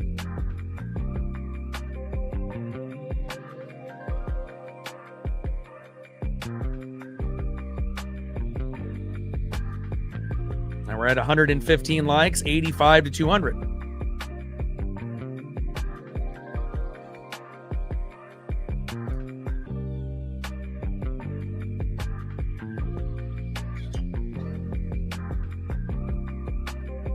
Lawrence in the building. What's good?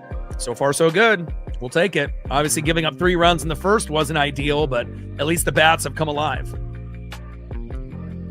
Tomorrow, starting for the Seattle Mariners, making his MLB debut, 18 starts, 1.06 ERA, 10-1 record in 18. Cade Anderson. Let's go. Can't wait. 135 strikeouts to 13 walks. Ridiculous. 93.1 innings.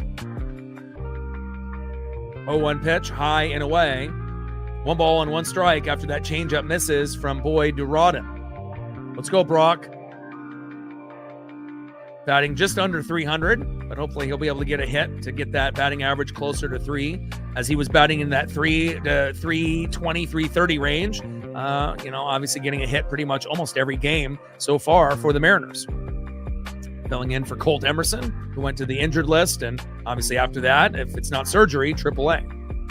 1-2 pitch to Rodden, high and away. Good patience there by Brock with that 4-seam fastball, 92 miles an hour, high and away. 2 balls and 2 strikes from Boyd to Rodden.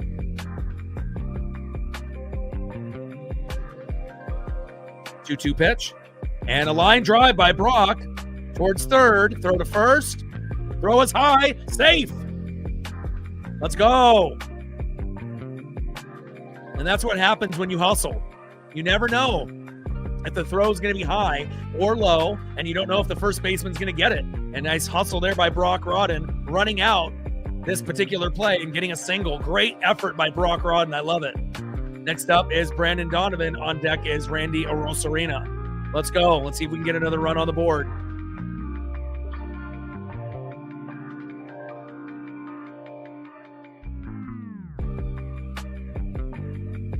Donnie shows bunt, and it goes behind the plate to the T-Mobile bricks. 0-1 count.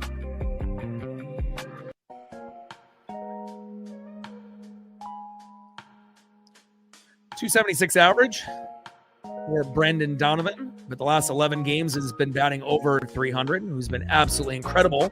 That leadoff presence that we've missed all season long, besides the first month. Throw to first, and Rodden gets back just in time as the tag was applied, and he is safe. Oh, a balk on Boyd. And now Rodden gets to go to second.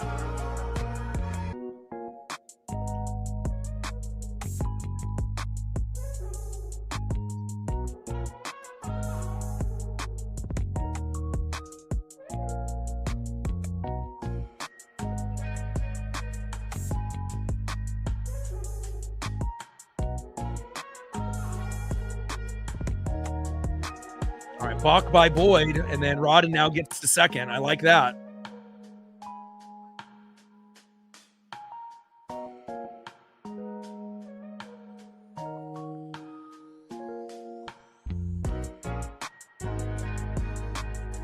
Oh, 1 pitch, little dribbler towards first, and Bush.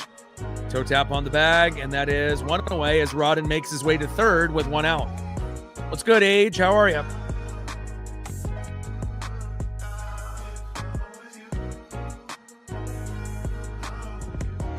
Let's see if Randy Arosarena can get a sac fly or an RBI single to make it 5-3 Seattle. And again, the starting pitching in the first inning, not good. Defense, 2 errors, but we didn't have them score anything. But again, as long as the hitting and the bullpen is good today, we're going to win this game. Big swing and a miss there by Arosarena as a 4-seam fastball, 93 miles an hour, right down the pipe there by Boyd. 0-1 count. I'm doing really good. Pup is doing good. I'm doing good. Kate Anderson got called up last night. Things are great. 0-1 pitch. Randy with a little blooper in the shallow center. And it drops. Let's go. Rodden comes home. Run, Rodden, run. And he scores. Woo! Let's go. 5-3 Mariners. Let's go. Age, let's get it.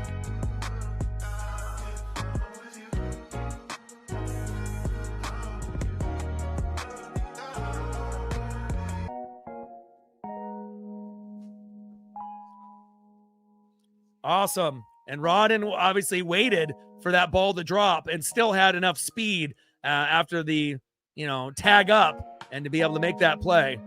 Great job there by Brock Rodden. And again, we know Colt Emerson is great at defense, but can't hit. And obviously with Rodden, much better hitter. Still, obviously issues defensively. But again, at least the bats have been coming alive for everyone for the most part for the Seattle Mariners. First pitch to Dominic Canzone. He's stuck at 19 home runs. Next is number 20. Same thing goes for Julio after him. 1-0 pitch.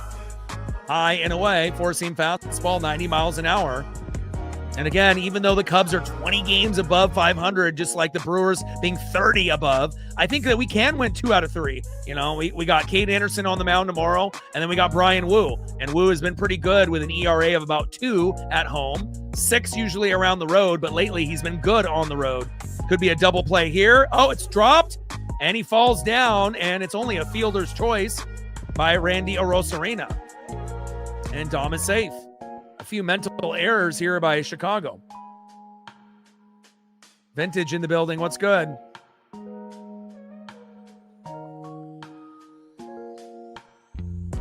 All right, next up is Julio Rodriguez. On deck is Josh Naylor. Let's go. Let's go, Julio. Next home run is number 20. And I'd love to be able to see Dom and Julio hit number 20 sooner than later. And a broken bat by Julio, and it drops. Go, go, go. Run, baby, run.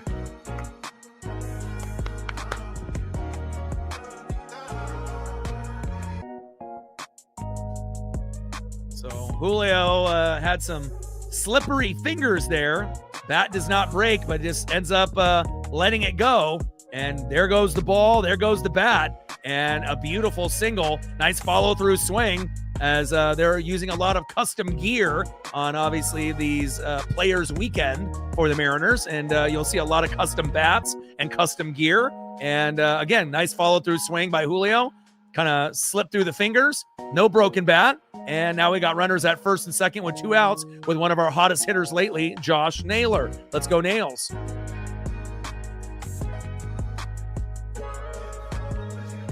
And first pitch by Naylor, down the line and out of play.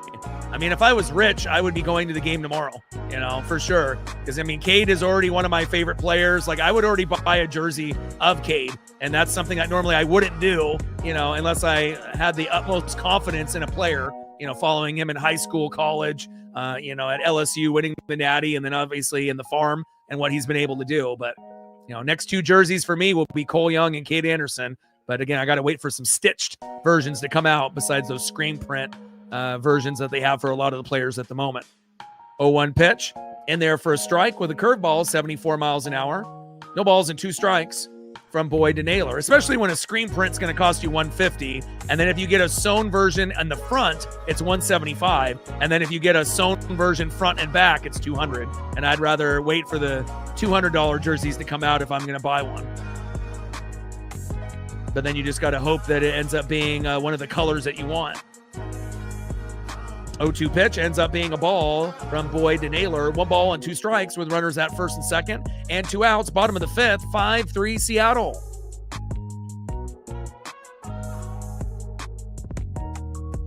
One-two pitch.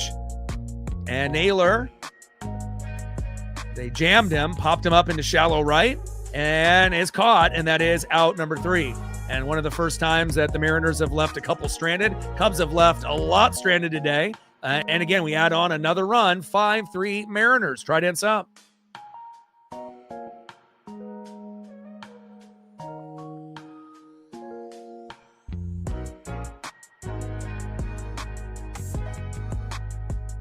right, let's go to the top of the 6th inning and see who's up next here for the Cubs. Next up for the Cubs, 0-for-2 in the 7-hole, second baseman Pedro Ramirez. Batting second, 0-for-1 in the 8-hole, DHing Michael Conforto. And batting third in the 9-hole, 1-for-2 with a K, catcher Carson Kelly. Try dance up. Let's go, Elms.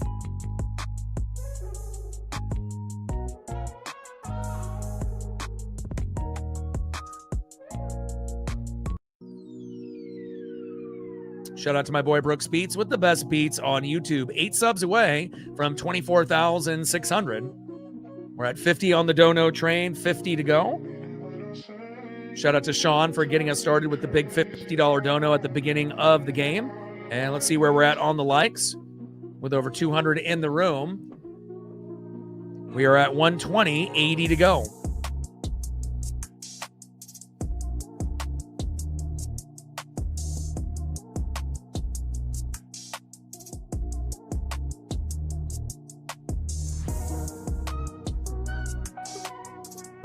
Yeah. Well, considering the Cubs are 20 games above 500, it is a very realistic possibility, that they could end up winning, 2 out of 3 like the Brewers did. But if we win this first game and Cade pitches well and Wu pitches well on Sunday, you never know. We might be able to win 2 out of 3. And if we win the first 2 games with obviously Hancock on the mound and Cade plays well and the bats come alive and Wu pitches great at home, I'm not saying that, we're going to sweep the Cubs, but if we win the first 2 games, there's always a chance, right? I mean, you play the games, and obviously if you up in the first 2, anything is possible, even against a team that's 20 games above 500. Again, defense, not so good. Starting pitching for us, not so good. Bullpen, normally not the greatest, but the hitting has been spectacular since the Astros series.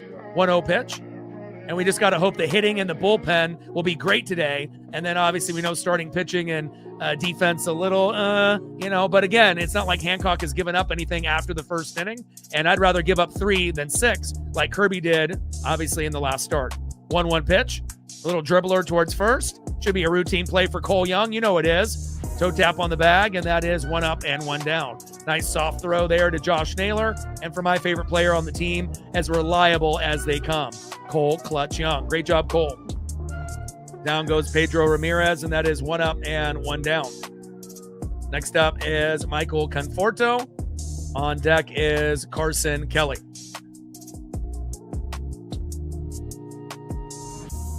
First pitch to Conforto, big swing and a miss with the changeup, 0-1 count. And we do have Gabe Spire warming up in the pen, so it feels like we should be able to hopefully keep a good pace. But as we know, the Cubs are so talented that they could go off like the Brewers in any given inning. And we don't really know what version of Gabe Spire or the other guys coming in, Ferrer and Bizzardo, are going to be. The good version or the bad. Little dribbler there. Strong throw by Rodden. And that is 2 up and 2 down. Nice job there by Brock Rodden.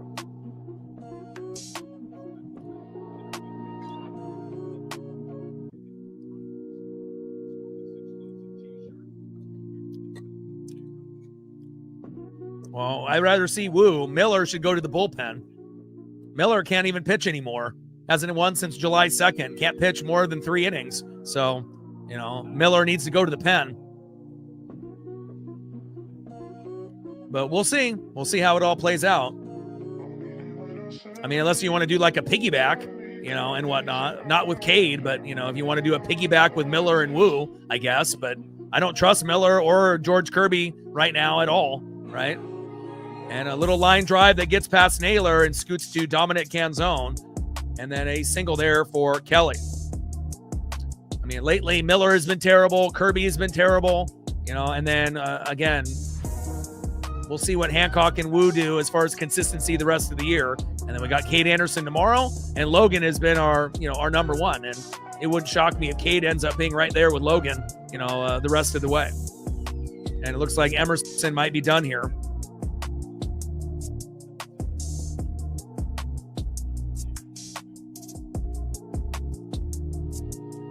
Nice job there by Emerson Hancock, giving up 3 runs early, but nothing after. And that's exactly what you want to see. And Gabe Spire coming in, and nice standing O for Emerson Hancock. So, based on the rankings right now, it probably would, as far as power rankings, Gilbert 1, and then probably Hancock 2, and then Wu 3, unless, we'll see how Wu does. And then obviously, Miller and Kirby dead last. And both of them have been equally terrible.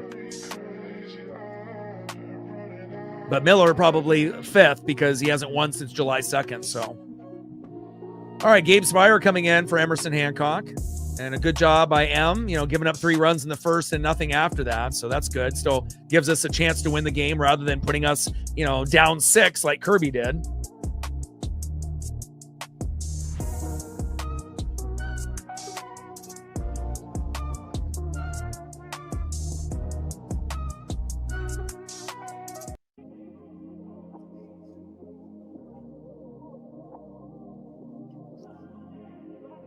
All right, Gabe, we need the good Gabe Spire, especially when we got Pete Crow Armstrong up next.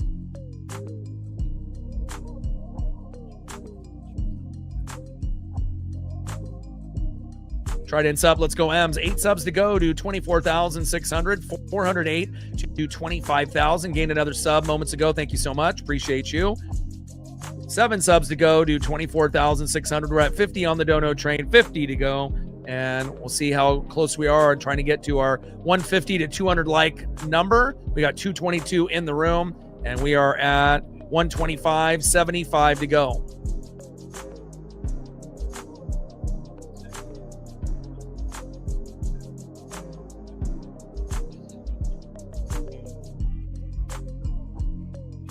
Four hits and 3 runs in the first, and then 4 hits from the second to the 6th with no runs. And again, great job there with 0 for 7 for runners in scoring position against Emerson Hancock after going 1 for 3 early on in the first inning.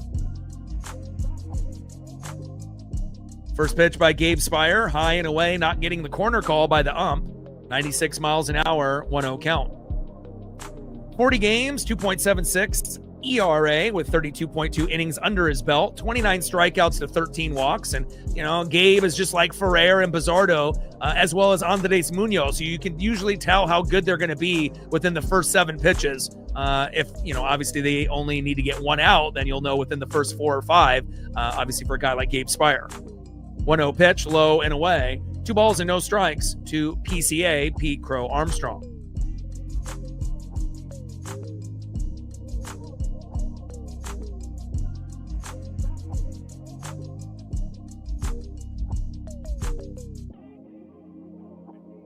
Two-0 pitch.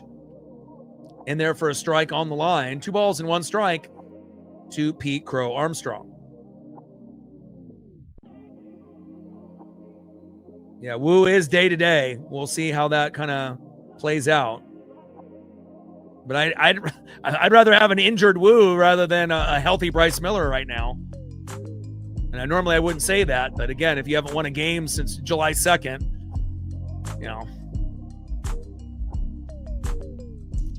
2-1 pitch in there for a strike. High and away. 2 balls and 2 strikes from Spire to Pete Crow Armstrong. Come on, Gabe.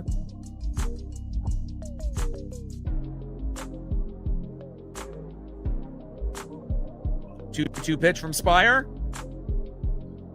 And rips that one foul. Great souvenir for a fan about 25 rows back. 2 balls and 2 strikes from Spire to Pete Crow Armstrong.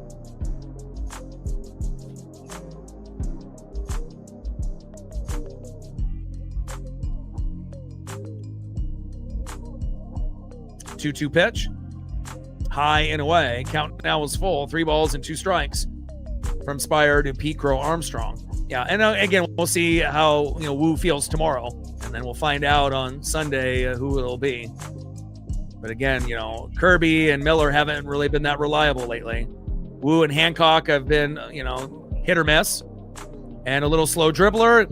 There we go. Cole Young is there. Nice soft throw to Josh Naylor. Toe tap on the bag. Great job there by Gabe, and that is out number 3. Good job by Gabe Spire coming in. And again, when Gabe only needs to get 1 out, he usually does really well. It's when he has to get 2 or 3, or when he has to start an inning, that's usually when you sometimes will get trouble with Gabe Spire.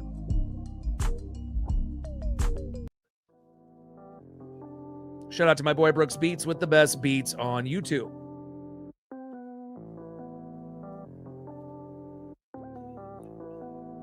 Next up for the Mariners, 0 for 1 with a run and a base on ball, and the 6-hole DHing Taylor Ward, who actually has been a pretty good fit for the Mariners since we picked him up at the deadline. Batting second, 1 for 2 with a run and a 3-run bomb when we were down 3-0 to tie the game up 3-3 and to give us that Uncle Mo and that momentum that we needed, the big dumper, Cal Raleigh. Obviously, we know he's been batting around 160 all year, which is terrible. But again, you just never can count out Cal Raleigh. With one swing of the bat, he can end up doing a little bit of that Soto mojo and that Mariner magic, and we definitely needed that here today.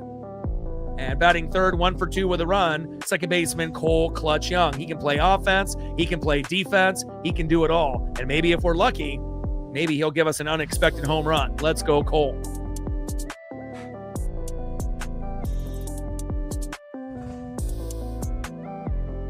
Let's go to the bottom of the 6th inning. Mariners up by 2, 5-3, Seattle.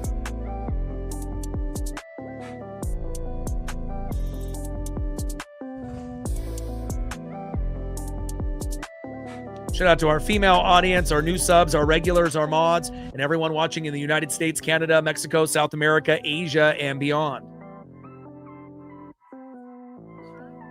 Patrick with a $5. Appreciate you. Thank you so much for the support.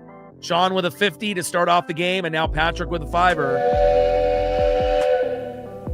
And now we're at 55 on the Dono train, 45 to go. Shout out, Patrick. I appreciate you very, very much. Shout out to Sean as well. All right, first pitch into Taylor Ward is a ball, 1-0 count. And Ward has obviously filled in the gaps since J.P. Crawford has been hurt, and having a very patient hitter in the box that can draw walks and has typically been able to get about a hit a game.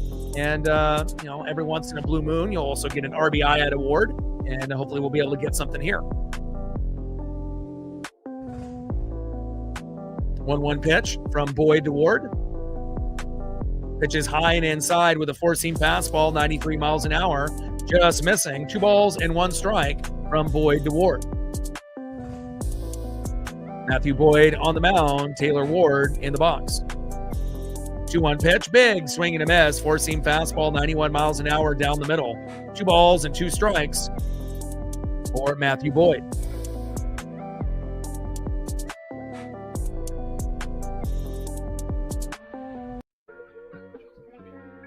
Two-two pitch, and that is strike 3 looking. Down goes Taylor Ward, and that is 1 away. Next up is the big dumper, Cal Raleigh. On deck is Cole Clutch Young. Bottom of the 6th inning, 5-3 Seattle.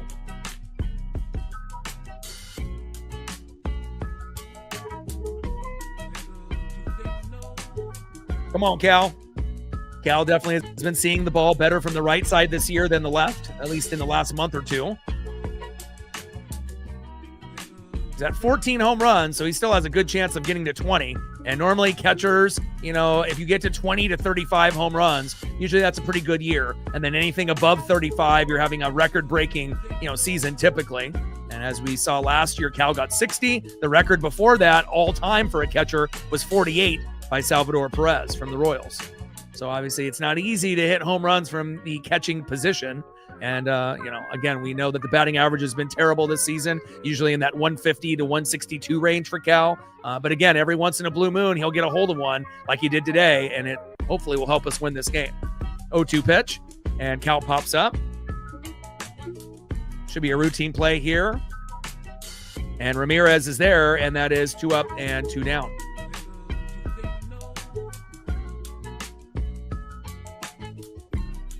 Can't get a multi-homer game out of Cal just yet, but let's see if Cole Young can keep the inning alive here with 2 outs and nobody on. Let's go, Cole. 15 home runs for Cole Young, another individual that could get to 20 home runs before the season is over. And we know Dom and Julio Rodriguez are stuck at 19. So one more home run for Dom and Julio, they'll be at 20. And that's pretty exciting. You know, you want to try to get as many guys into double-digit home runs, and once everyone, for the most part, is at 10 or above, then you want to shoot for 15 and then 20, and then if you're lucky enough, 30 if you can get there. 1-0 pitch, another ball to Cole Young. 2 balls and no strikes from Boyd DeYoung. Bottom of the 6th, 5-3 Seattle. I saw that.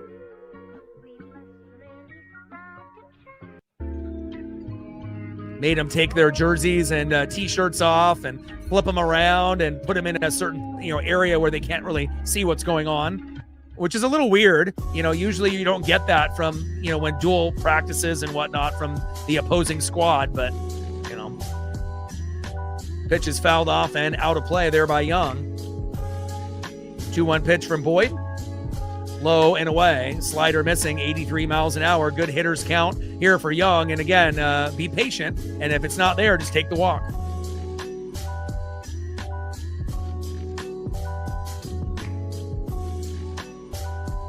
Three-one pitch.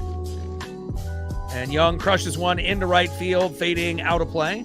I mean, I would love to see Cal get to at least 200 before the season ends, but based on how he's been playing all year, that's probably not very likely. It's probably going to be at the very highest, I would say probably 175, unless he ends up getting on a big run where he can get like a 10-game hit streak or something.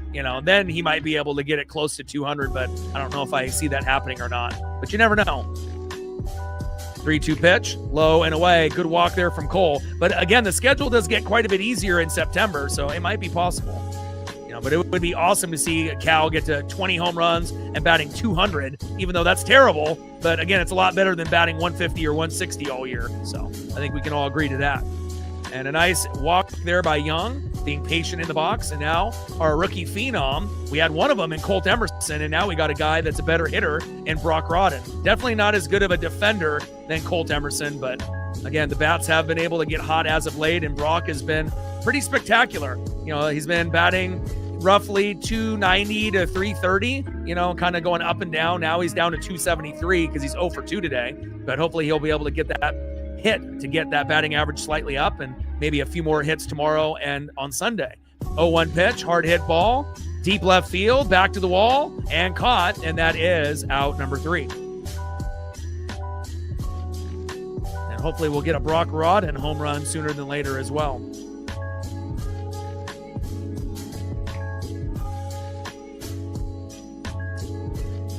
End of the 6th inning, 5-3 M's. Shout out to my boy Brooks Beats with the best beats on YouTube. Next up, 0 for 3 with 2 Ks. In the 2-hole, right fielder Seiya Suzuki. Batting second in the 3-hole, first baseman Michael Bush. 2 for 3 with a run today. And batting third, 2 for 3 with a run, 2 RBIs and a K. A player that can play offense and defense, which I can appreciate, Alex Bregman.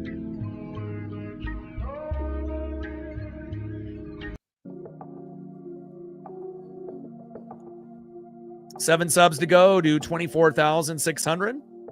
407 to go to 25,000. We're at 55 on the Dono train because of Patrick and Sean. 45 to go. And we're at 134 likes. 66 to 200.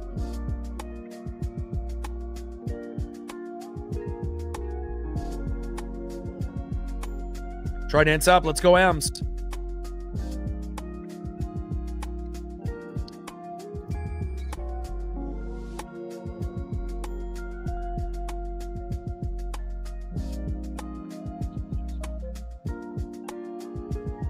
I'm really looking forward to Cade Anderson's debut tomorrow. Again, if I was rich, I definitely would be driving up to Seattle to go watch that game, considering he's one of my, top 3 favorite players on the squad. So And hopefully they'll be able to make I know they'll make a screen print, jersey, but again, to be able to get a Cole Young and a Cade Anderson sewn jersey, you're probably going to have to wait till next season.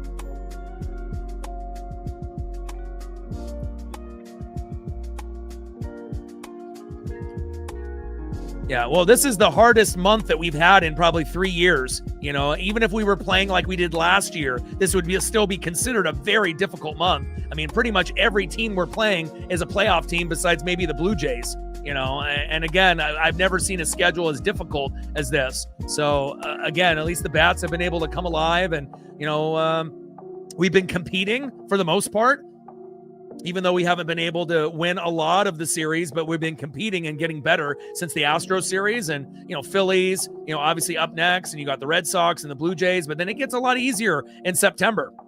And again, if we can get Houston and Texas to slip up a little bit and we get hot in September, it's not crazy to think that we get a wild card or end up winning the division. It's not like the Astros, Rangers, or Mariners have been that good this year. All three teams have been not that great. The AL West is kind of stinky bad, right? So anything can happen. 0-2 pitch is low and away. 1 ball and 2 strikes to Seiya Suzuki. And we did get Carlos Vargas back, today, as Davila went to AAA. We're still waiting for Cooper Criswell, as well as Matt Brash. We haven't really been the same team since Brash got injured. We were 2 games above 500 when he left, and obviously we're now 8 below. So Brash is a big part of the team. He's normally the best guy in our bullpen, if not number 2. And a little slop blooper into right that drops for a single in front of Dominic Canzone. But normally Brash is like our number 1 or number 2 guy. Bizzardo was our number 1 last year, but normally Brash is the top guy, and then usually it's a fight with Bizzardo, Spire, and Ferrer, to line up to see who's going to be behind him. And Brash with the injury was not ideal, but hopefully we'll get Brash back in September, as well as Criswell, and Vargas is already in the dugout, obviously, here this evening. Next up is Michael Busch. First pitch is in there for a strike. 0-1 count. Still got Gabe Spire out there on the mound.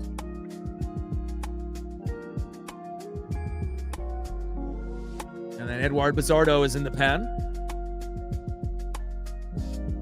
0-1 pitch from Spire to Busch.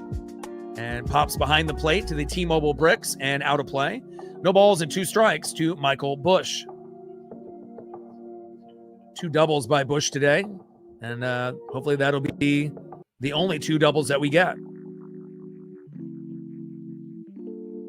Come on, Gabe.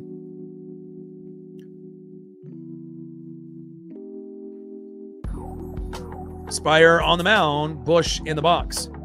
0-2 pitch, low and away. Slider 86 miles an hour missing to Michael Busch, who's had a very productive day so far, 2 for 3 with a run. On deck is Alex Bregman, the former Astro, and we know Bregman is always good on offense and defense. 1-2 pitch. Big swing and a miss. Got him.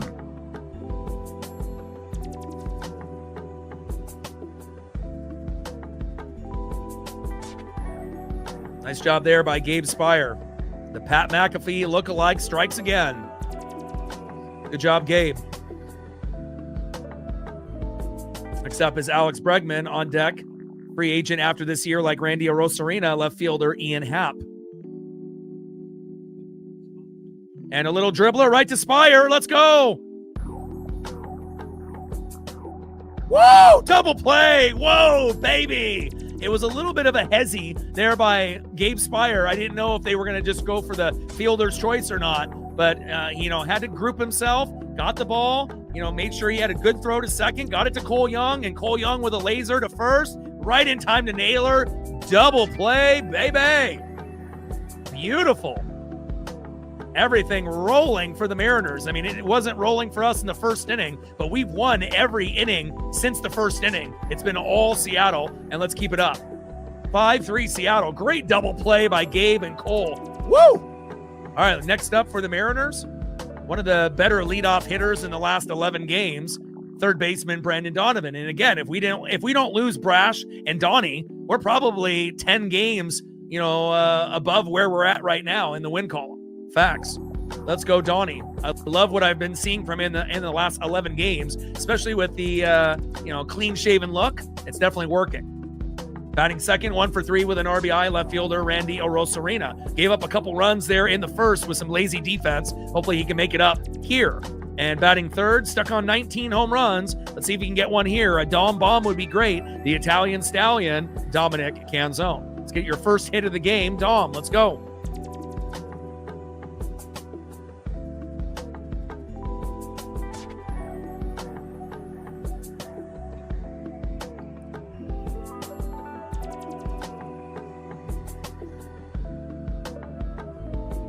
Seven subs to go to 24,600, 407 to 25,000. We're at 55 on the Dono train, 45 to go. And we're at 137 likes, 63 to 200.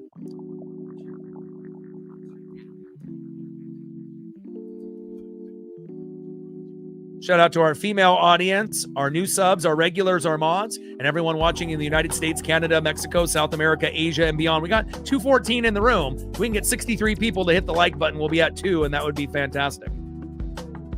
All it takes is 1 second to show some appreciation and love for all the hard work that we do here on the daily.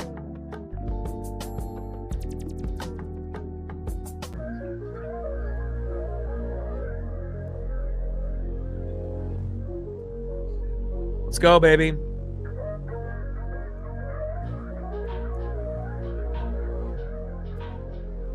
Let's go, Donnie.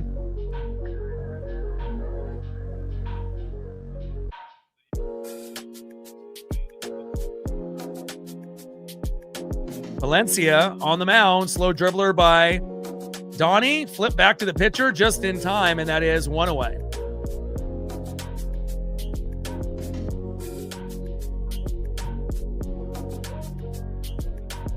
Next up for the Mariners, left fielder in the 2-hole, Randy Arozarena. On deck is Dominic Canzone. All right, Daniel Palencia on the mound, fresh off the injured list.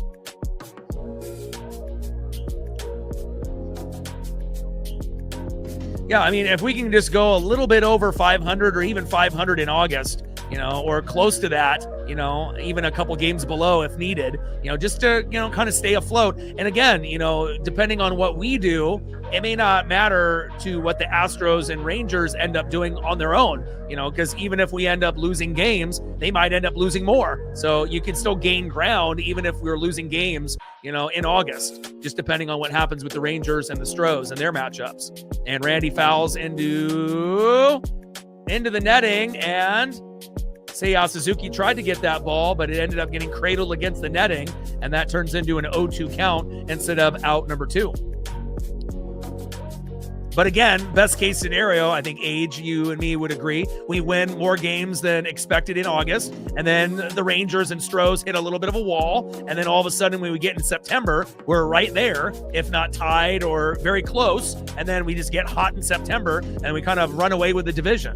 That's kind of the goal, to be, either tied at the end of the month or only back maybe a game and a half or 2 at the most. And maybe 3 at the very most, but 1.5, 2 would be probably good, unless those teams go on epic meltdowns, which could happen. And then all of a sudden hitting our stride in September, and then all of a sudden, hopefully winning the division. And if not, getting the wild card.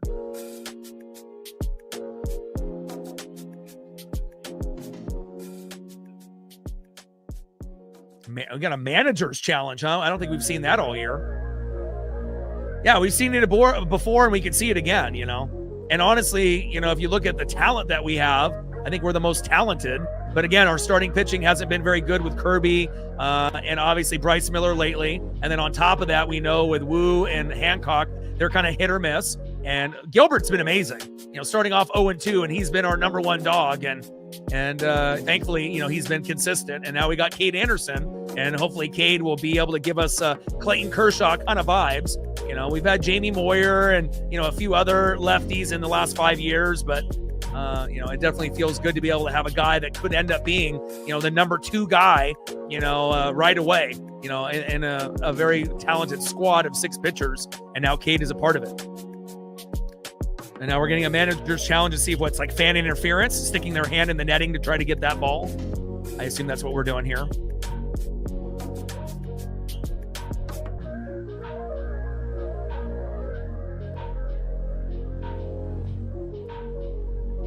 Well, Fan is reaching across the net, but it was in Seau's range.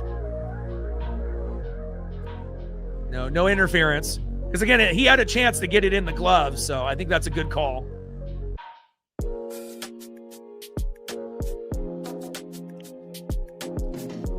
I mean, especially when Bryce was injured, and then we started off like 3-0, 4-0, and we're like, wow, he's pitching high velocity, close to triple digits, and he looked amazing. But then after going 3-0, 4-0, and then ended up going 3-1, 4-1, and then kind of started going a progressive downward slide, and it's just kind of sad because Bryce at one point was our 1, Hancock was our 2, and then now Bryce is our 5, Kirby's our 4, Woo's probably our 3, Hancock our 2, and then obviously Gilbert our 1, but now Cade is in the mix.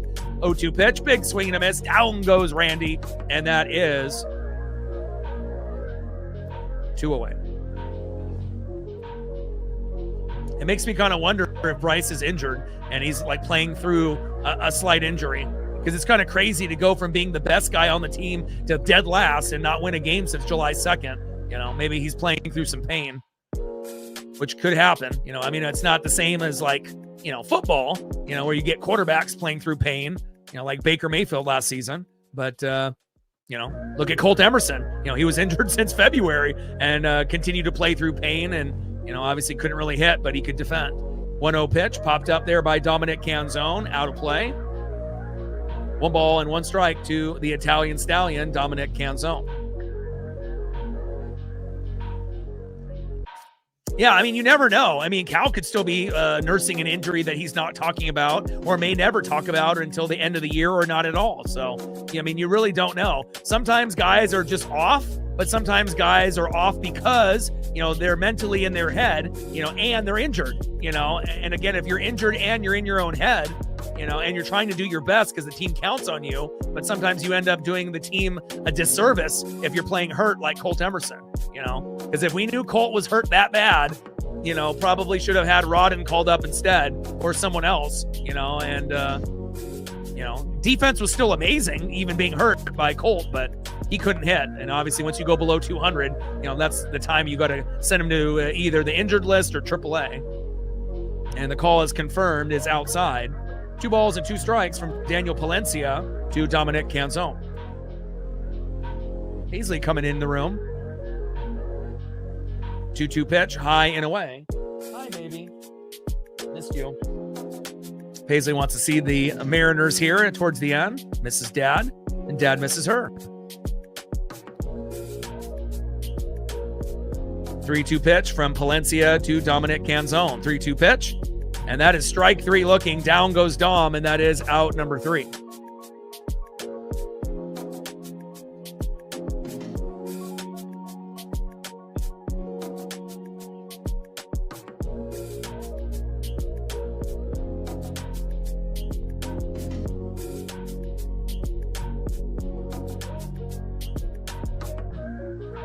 All right, next up for the Cubs, 1 for 3 with 2 Ks, Ian Happ. Batting second, 0 for 3. In the 6 hole, shortstop, Nico Werner. And batting third, 0 for 3 in the 7 hole, second baseman, Pedro Ramirez. Trident's up. Let's go, Ems. End of the 7th inning, 5-3 Seattle. Gained another sub during the commercial break. Thank you so much. Now we only need 6 subs to go. To 24,600. We're at 55 on the Dono train, 45 to go.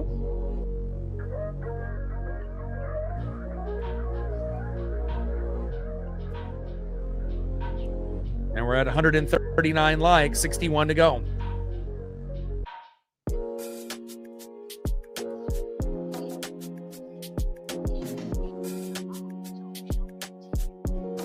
$235 in the room. If you haven't smashed the like button yet, please do. It'll help to get more Cubs fans, Mariner fans, or baseball fans, not only in the United States and Canada, but Mexico, South America, Asia, and beyond.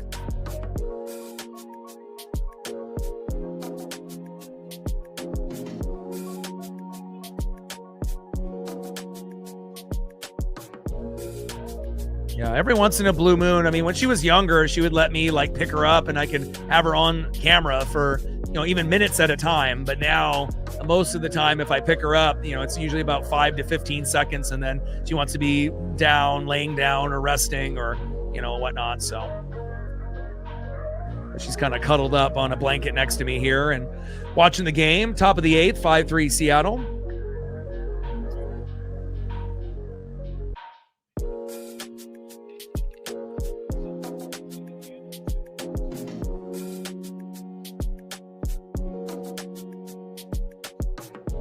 And Edward Bizzardo is in the game at the moment. First pitch is in there for a strike, 0-1 count.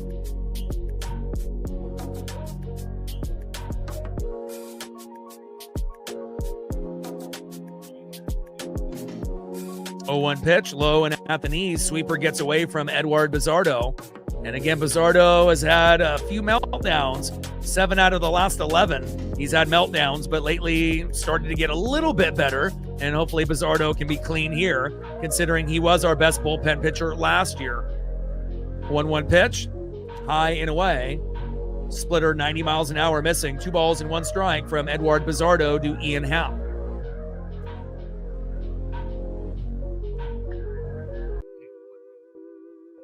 Shout out to my boy Brooks Beats with the best beats on YouTube.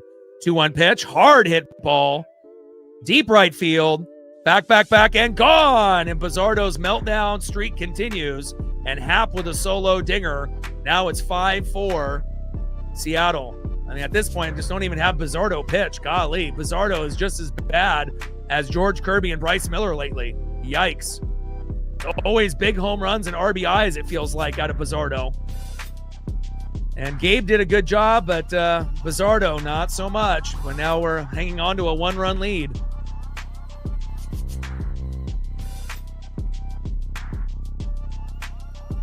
Next up in the 6th hole, shortstop Nico Werner.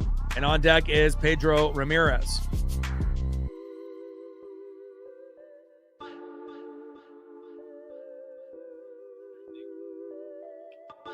And Werner with a hit. God, you suck, Bizzardo.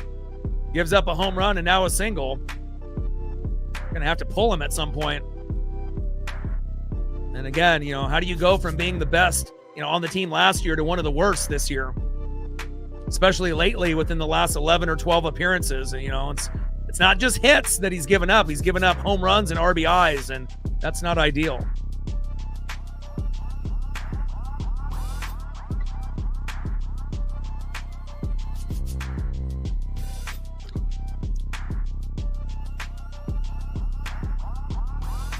Now we got Cal and Woodworth and the team trying to get Bizzardo on the same page here. And we do have Carlos Vargas back.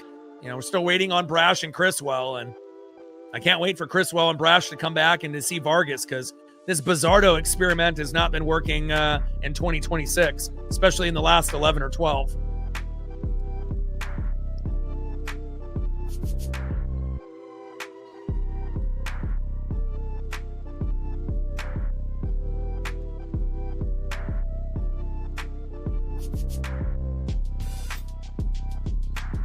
First pitch to Ramirez, pops it behind the plate and out of play, 0-1 count.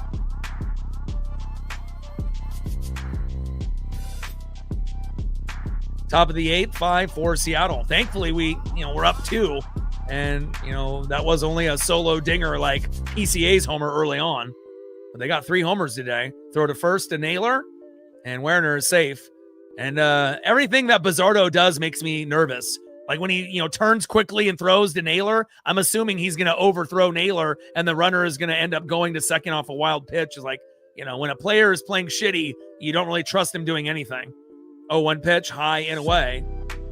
Splitter, 90 miles an hour, 1 ball and 1 strike from Bizzardo to Ramirez. And we need a double play.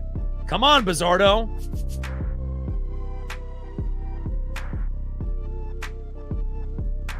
One pitch, low and at the knees.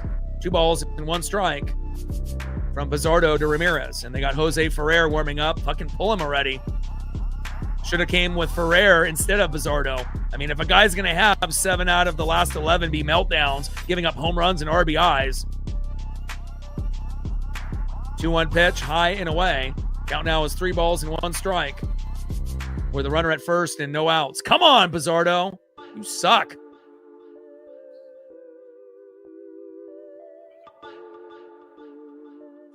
3-1 pitch.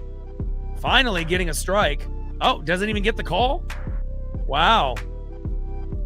I figured Cal was going to challenge that. That would have been a strike, I think. No challenge there. And now runners at first and second with no outs. Pull him if he's eligible to pull. I mean, I don't know if you have to go through like 3 batters or whatnot before you can pull a guy, but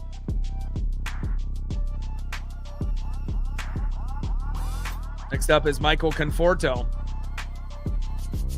And we've been in firm control of this game since inning number 2, but now the Cubs are threatening after a terrible bullpen pitcher, Eduard Bizardo, has entered the matchup. Pitch popped up. Get it. There we go. Donnie with a nice grab in foul territory. There we go. And that is 1 away.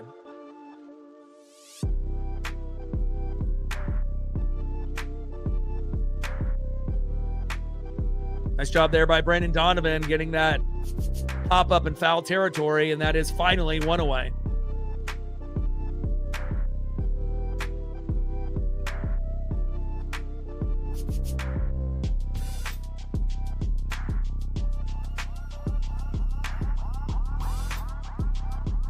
All right, Carson Kelly up next, and hopefully we'll get a slow dribbler up the middle for a double play to get out of this inning. Pitch right down the middle for a strike with a sweeper. 85 miles an hour, 0-1 count. It's like I'm almost even shocked when Bizardo throws a strike. That's how bad he's been lately.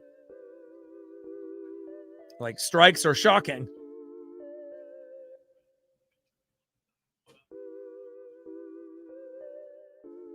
Oh, 1 pitch, high and away.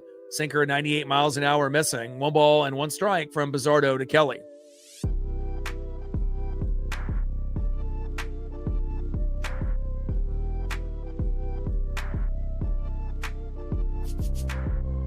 One pitch, pop behind the plate and out of play. Sweeper 85 miles an hour. 1 ball and 2 strikes with runners at first and second and 1 out. Top of the 8th inning. Mariners hanging on to a 5-4 lead after down 3-0 in the first with a home run by PCA, Pete Crow Armstrong, and Cal Raleigh with a 3-run jack in the bottom of the second to tie the game up 3-3. Ended up getting an RBI out of Donnie, scoring Cole Young, making it 4-3.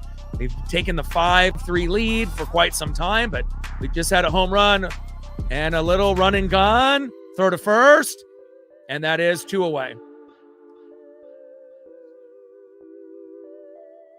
And double steal there. Runners at second and third now with 2 outs.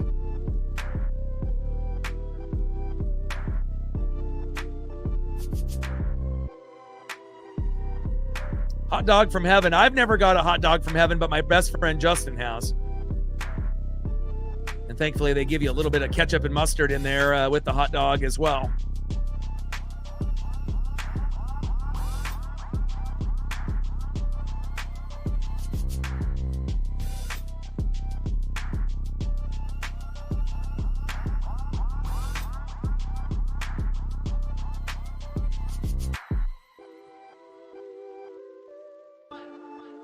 All right, PCA is up next with runners at second and third and 2 outs. And we'll find out if it'll be Yordan Alvarez and Shohei Ohtani or Yordan Alvarez and Pete Crow Armstrong for MVPs this year. But it's nice to be able to see someone on the same level, as Ohtani, just like Cal was on the same level as Judge last year, but didn't get the love.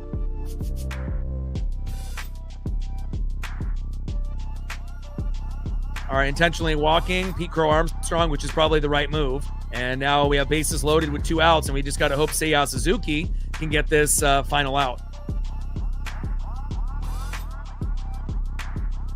First pitch is low and away, 1-0 count. Come on, Bizardo.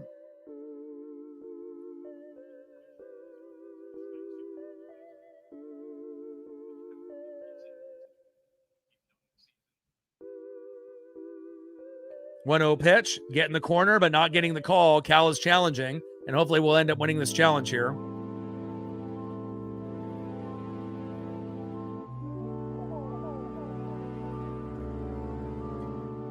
Oh, God. 0.1. Yikes.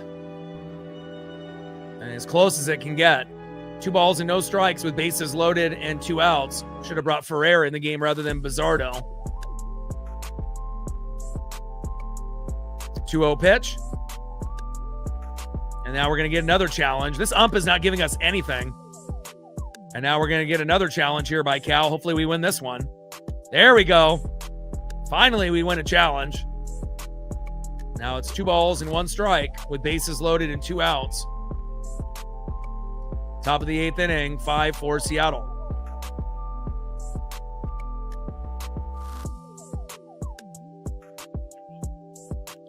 Two-one pitch. There we go. We get the strike call, low and away. 2 balls and 2 strikes to Seiya Suzuki. Come on, Ems.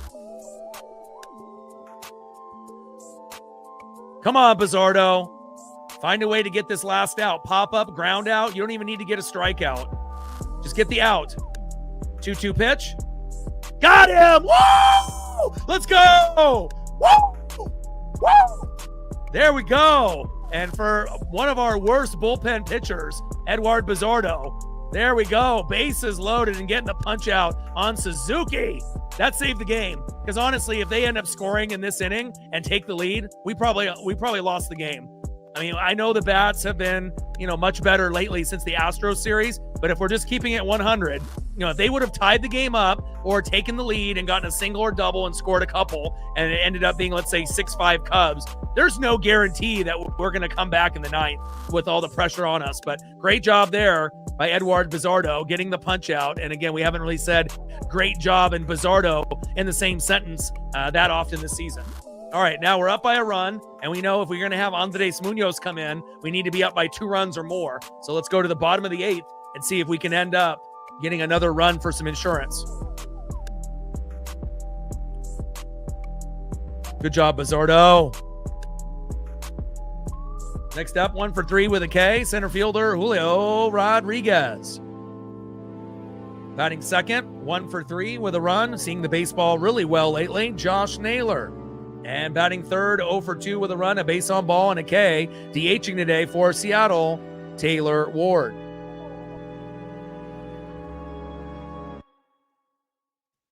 Trident's up. Let's go, Ems.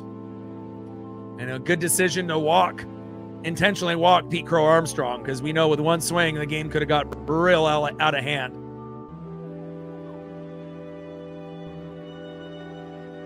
Gained another sub during the commercial break. 5 subs to go to 24,600. 405 to 25,000. We're at 55 on the Dono train. 45 to go. And if you haven't smashed the like button yet, please do. We have almost 300 in the room, and I would love to try to get to 200 if we could. We're at 150. We need 50 people to smash the like button, and we'll be there. We're at 150 likes, 50 to go.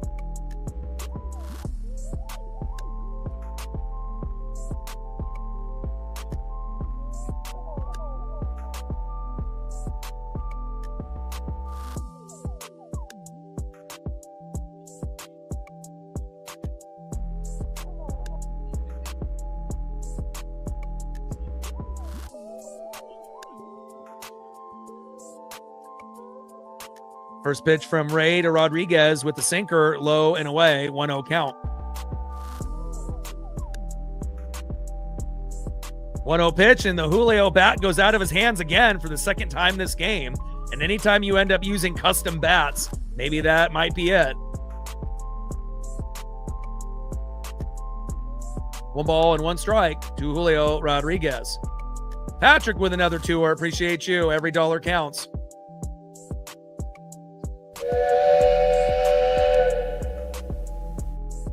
We're at 57 on the Dono train. Shout out to Patrick. 43 to go.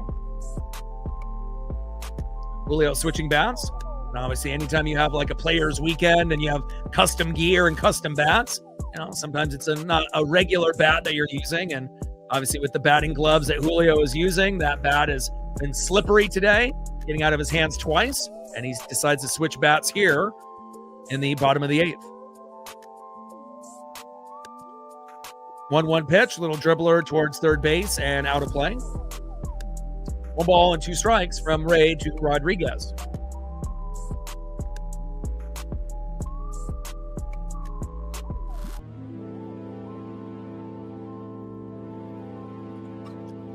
Trident's up. Let's go, Ems.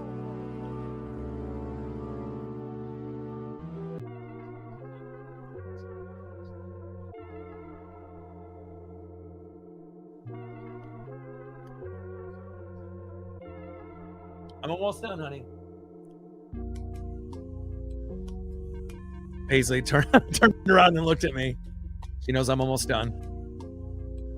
2-2 pitch. High and away. Count now is full. 3 balls and 2 strikes with nobody on and no outs. Bottom of the 8th. Mariners up by a run, but we would love to be up by 2 or 3 to give Mooney a little insurance here at home at T-Mobile. 3-2 pitch. High and inside. Good take. And we're going to get a challenge here by the Cubs. But I think it's going to be ball 4. Oh, wow. And Julio is out. Call is overturned, and that is 1 away.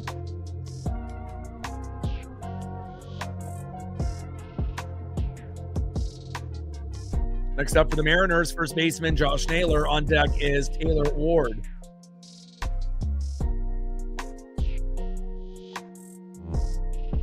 First pitch from Ray to Naylor. Big swing and a miss with the curveball, 82 miles an hour, low and at the knees, 0-1 count. Come on, Nails. We need insurance. I mean, I would be happy winning this game 5-4 as long as Mooney is clean, but a lot of times when we're tied or only up a run, Mooney sometimes will give up a run and sometimes more than one. So 0-1 pitch, high and away. 1 ball and 1 strike from Ray to Naylor.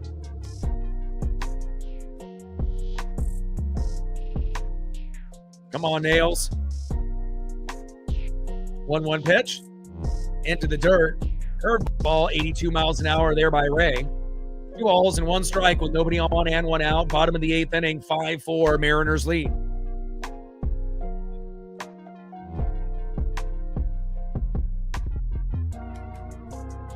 Two 2-1 pitch.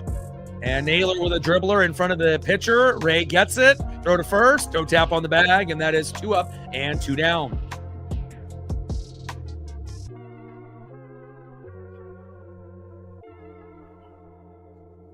Next up, in the 6-hole, DHing Taylor Ward. On deck is the big dumper, Cal Raleigh, who had a 3-run jack earlier today when we were down 3-0.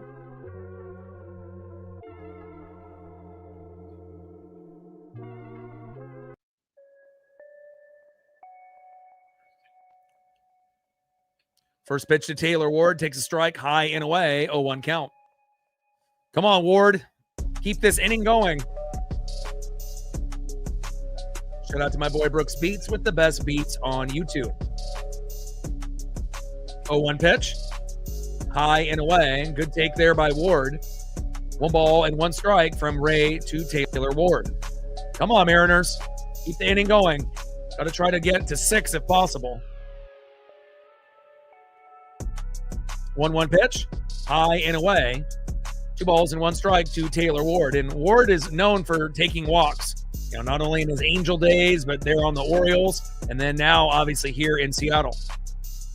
Kind of gives us that J.P. Crawford type of at-bat that obviously we were missing.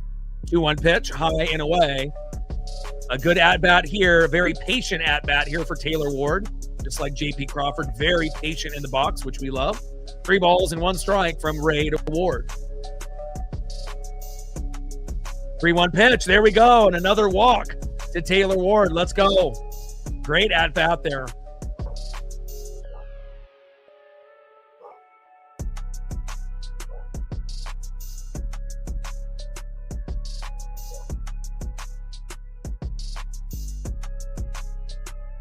Next up is the big dumper, Cal Raleigh. On deck is Cole Clutch Young. And they got Leo Rivas pinch running for Taylor Ward.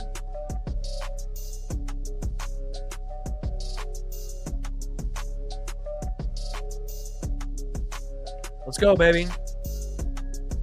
3-run jack by Cal earlier today. Come on, Cal. First pitch to Cal, big swing and a miss.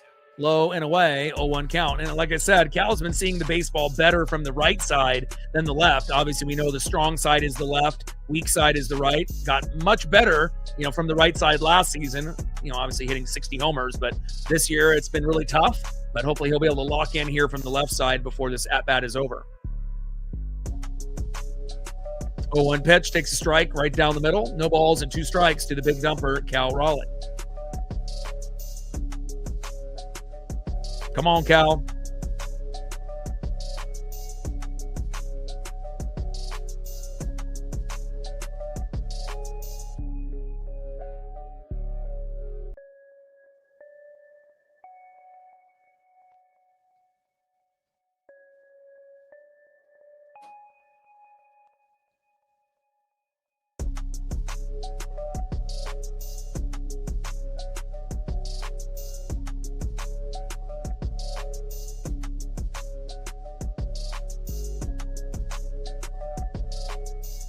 Oh, 2 pitch, high and inside. 1 ball and 2 strikes from Ray to Raleigh.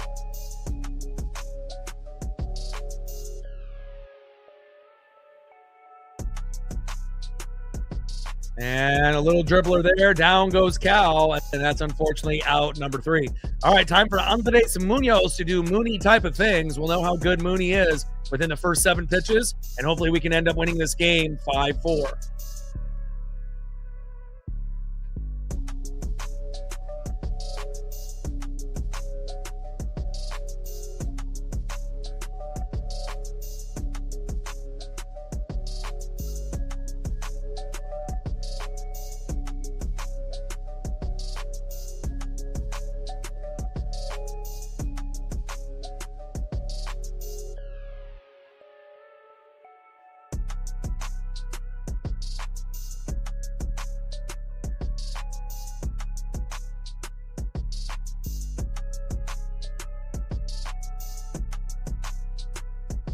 All right, end of the 8th inning, 5-4 Seattle.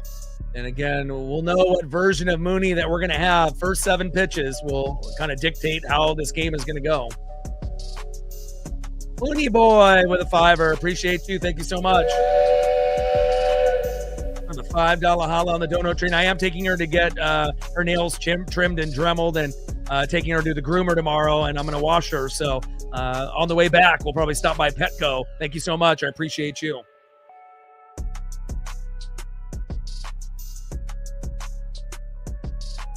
All right, next up for the Cubs, 2 for 4 with a run and a K. Michael Busch batting second, 2 for 4 with a run, 2 RBIs and a K. Alex Bregman.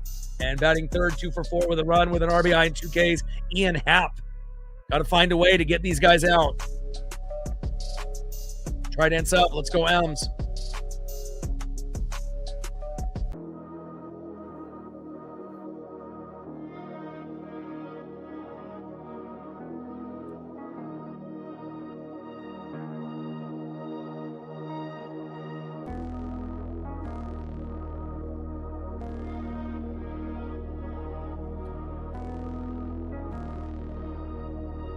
Let's go, Mooney. Mooney has actually been pretty good. He had one meltdown where he gave up 5 runs a few games ago, but other than that, he's been pretty good lately. At the beginning of the year, he was terrible. He was, in the past, a top 5, top 10 closer, and then he was like bottom 5 at the beginning of the year, but he has gotten better, but did have a hiccup a couple games ago, so we'll see how it goes. First pitch is inside for a strike. Good start. 4-seam fastball, triple digits, 100 miles an hour, 0-1 count. They're challenging here. And they lose the challenge. Let's go. No challenges left for Chicago. Call is confirmed. And let's see if Mooney can keep it going here. Top of the 9th inning.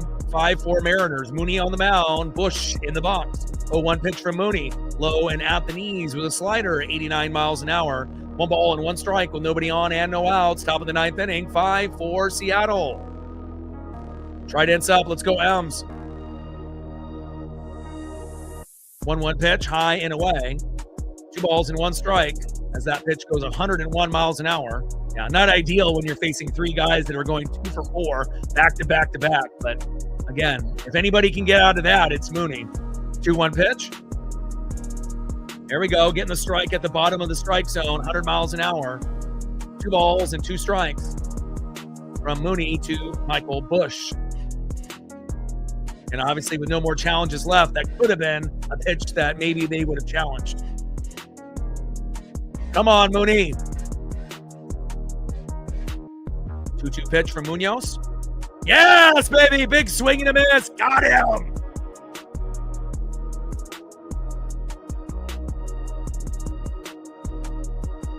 There we go. One down. 2 more to go, baby. Let's go. So far, so good. Mooney looking good. Again, first 7 pitches really dictates, how he's going to do. I mean, is he hitting guys? Is he walking guys? Is he giving up back-to-back hits? You'll know, if he's feeling it or not. First pitch to the second batter, Bregman, 101 miles an hour, right down the middle, 0-1 count. Let's go. Top of the 9th inning, 5-4 Mariners. 0-1 pitch from Mooney to Bregman. Big swing and a miss. Woo!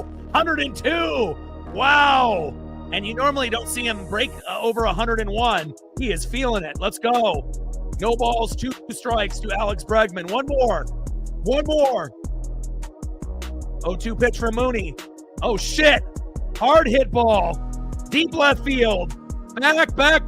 Gone. Unbelievable. And he ties the game up. Unbelievable. If he would have not got a hold of that, that would have been strike 3. But again, if you're going to be throwing close to triple digits, it's either going to be a strikeout or a home run. And unfortunately, it turns into a home run. And now the game is tied. Yikes. And Bregman with his second home run of the game. And now we just got to hope that it stays 5-5 and then we win 6-5 in the bottom of the 9th. That's why it's so important that we have a 2-run lead with Mooney, because sometimes this does happen. 405 feet. Bregman.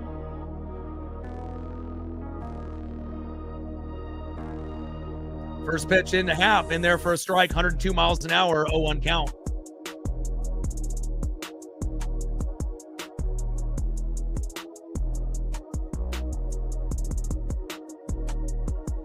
Big swing and a miss. I mean, the chance of someone actually hitting that ball that way, it was, just because you got an 0-2 count doesn't mean you can't go down the middle. The pitcher is feeling it, going 101, 102. But again, he did homer earlier in the game. 0-2 pitch, foul back behind the plate. Again, for a player like that to do that, we could have went against 9 batters and maybe one guy hits the home run. And unfortunately, we hit that one guy.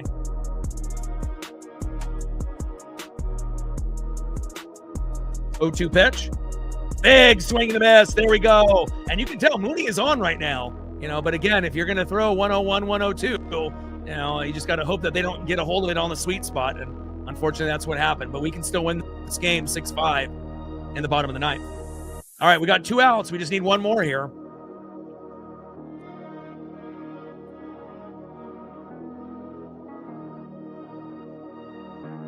Big swing and a miss.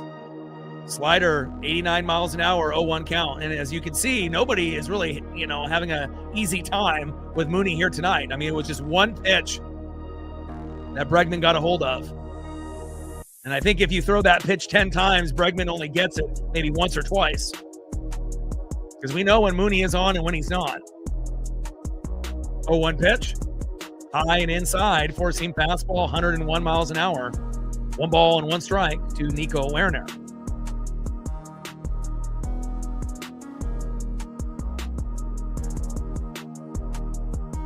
Well, when you're 20 games above 500, of course you're a good team. 1-1 pitch, another strike right down the middle. 100 miles an hour, 1 ball and 2 strikes from Mooney to Werner. And again, unfortunate that we gave up the home run, but hopefully we can still win this game 6-5 in regulation or in extras. 1-2 pitch from Mooney. High and inside, sinker, 100 miles an hour. 2 balls and 2 strikes to Nico Werner.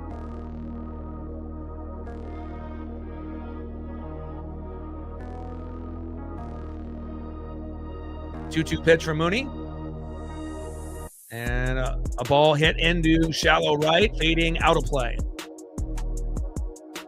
2 balls, 2 strikes. With nobody on and 2 outs, top of the 9th inning, we're tied at 5. And all 3 guys that we initially went against were 2 for 4, back to back to back, which doesn't usually happen. 2-2 pitch, a little slow dribbler towards first. Cole Young is there. Nice soft throw to Naylor. Got him. And again, unfortunate that we gave up the home run, but I still think we're going to win this game. Let's go. Great job there by Cole Young, and let's see if we got the right 3 batters to get us a victory, and I believe we do.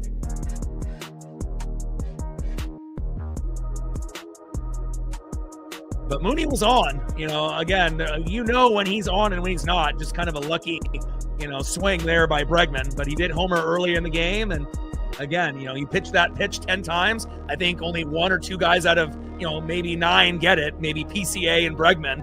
And, unfortunate it happened, but at least the game's tied and we didn't end up being down 6-5, 7-5, or 8-5. Still have a chance to win the game, and that's what it's about. See if we can get a walk-off, home run here. Next up, 1 for 2 with a run and a walk. Second baseman Cole Clutch Young. Batting second, 0 for 3 with a run. Shortstop Brock Rodden. As long as Dan Wilson doesn't bring in Weston Wilson for Rodden, we're going to be just fine. And batting third, 1 for 4 with an RBI. Third baseman Brendan Donovan. And these are the 3 guys that you would want up late in the game. So, this is definitely going to play hopefully into our favor with Young, Rodden, and Brandon Donovan. I like it. Those would be the guys that you would want, in the 8th or the 9th or in extras. Let's go.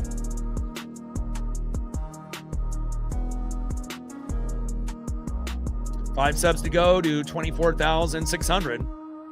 Gained another sub during the commercial break. Appreciate you. 4 subs to go to 24,600.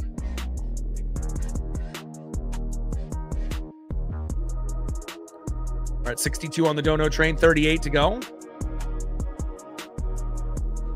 And we're at 169 likes. Can we get 31 more to get to 200?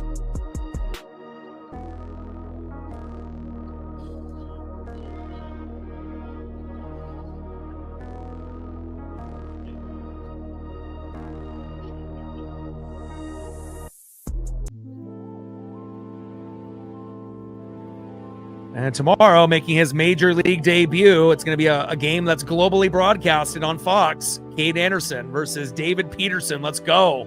Super excited for that. But we got to win this game first.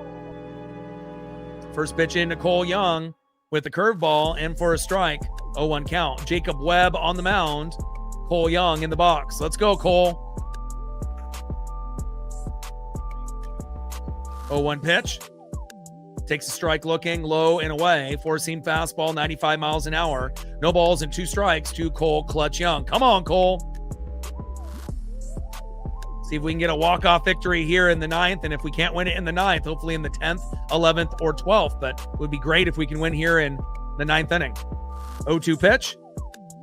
Big swing and a miss there by Cole. An unfortunate strikeout, and that is 1 away. Next up in the 9-hole, shortstop Brock Rodden. On deck is Brandon Donovan.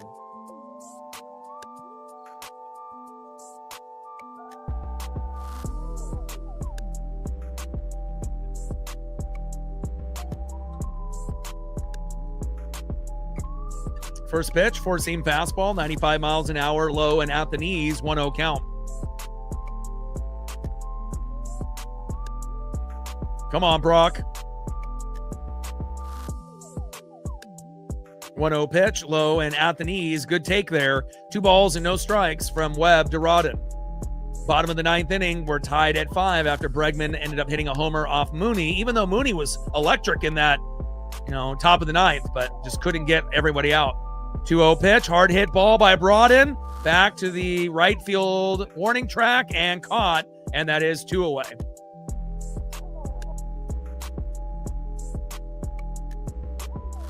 Next up is Brandon Donovan. On deck is Randy Orosarena.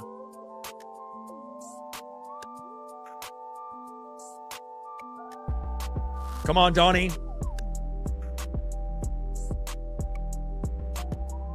First pitch to Donnie. On the corner for a strike with the curveball. 83 miles an hour, low and at the knees. 0-1 count. Mike in the building. What's good?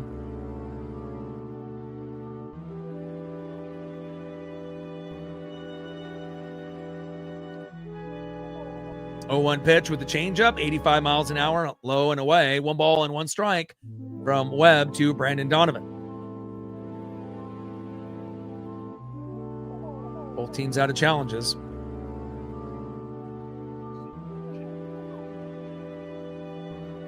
1-1 pitch. Big swing and a miss. And again, if it does go to extras, just like Goldie says, each team will get 1 challenge each. 1 ball and 2 strikes to Brandon Donovan. 1-2 pitch. And Donnie with a single. Woo! There we go. Right up the middle. Brendan Donovan has been spectacular in these last 11 games. Let's go. Nice job, Donnie. Clean-shaven Donnie has really worked. Next up is Randy Arosarena. Let's see if Randy can make up for that lazy defense in the first inning. Come on, Randy. Randy is in the box. On deck is the Italian Stallion, Dominic Canzone. Let's go. Game-winning runner is at first base. And Randy with a dribbler towards third. Throw to first. And that is out number 3. Be patient, Randy. Why are we swinging at the first pitch? And that's the end of the 9th inning, and we are tied at 5.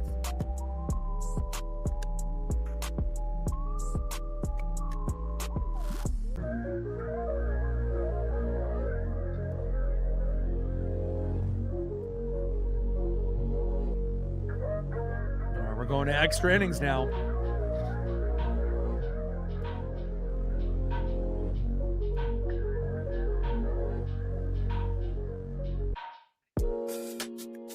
Gained another sub moments ago. Appreciate you. 3 subs to go to 24,600. Let's see who's up next year for the Cubbies as we go to the top of the 10th. Next up for the Cubs, 0 for 3 with a base on ball. Second baseman Pedro Ramirez. Batting second, 0 for 3. In the 8-hole, DHing Michael Conforto. And batting third, 2 for 4 with a K, catcher Carson Kelly. Trident's up. Let's go, M's. End of the 9th inning, we are tied at 5. All right, we're at 178 likes. Can we get 22 more to get to 200, please?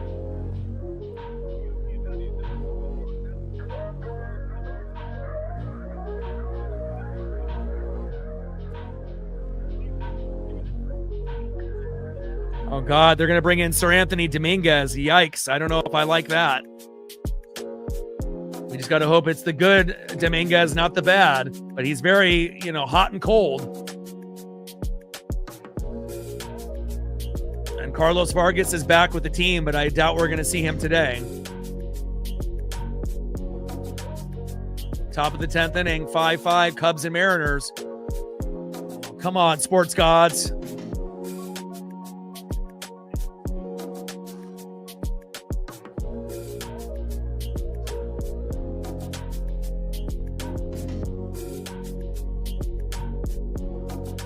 Fifty-one strikeouts to 28 walks. Nico Warner, the ghost runner at second. Come on, Mariners. We got to dig this one out.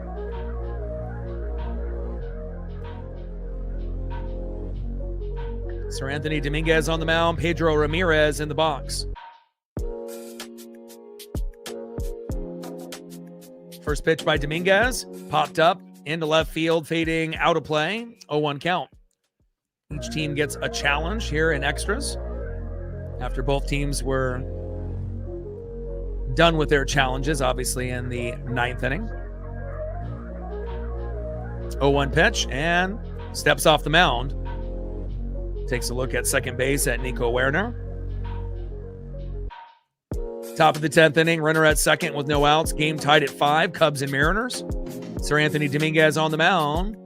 Pedro Ramirez in the box. 0-1 pitch, popped him up behind the plate and out of play. No balls and 2 strikes from Dominguez to Ramirez.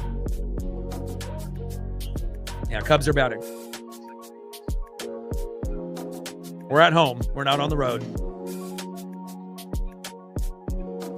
Top of the 10th, 5-5, Cubs and Mariners. 0-2 pitch from Dominguez. Popped him up. Get that ball. Out of play. No balls and 2 strikes from Dominguez to Ramirez.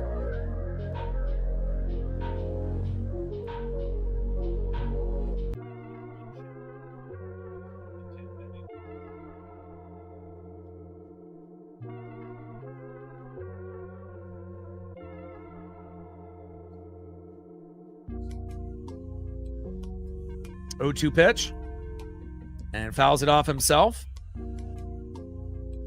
Count still remains no balls and 2 strikes from Sir Anthony Dominguez to Pedro Ramirez.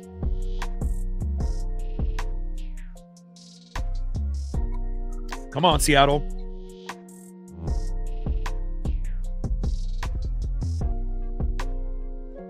O2 pitch. Popped up and out of play. Count still remains no balls and 2 strikes with a runner at second. Nico Werner with no outs.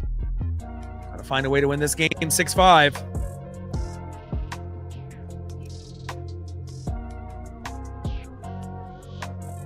Shout out to my boy Brooks Beats with the best beats on YouTube. 0-2 pitch.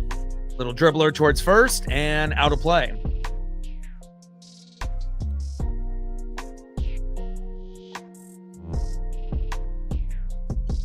Four-seam, splitter, four-seam, splitter. So far, everything fouled off by Ramirez so far, which is not usual.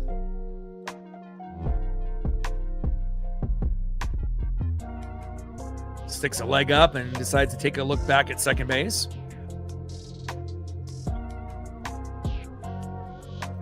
Come on, Sir Anthony.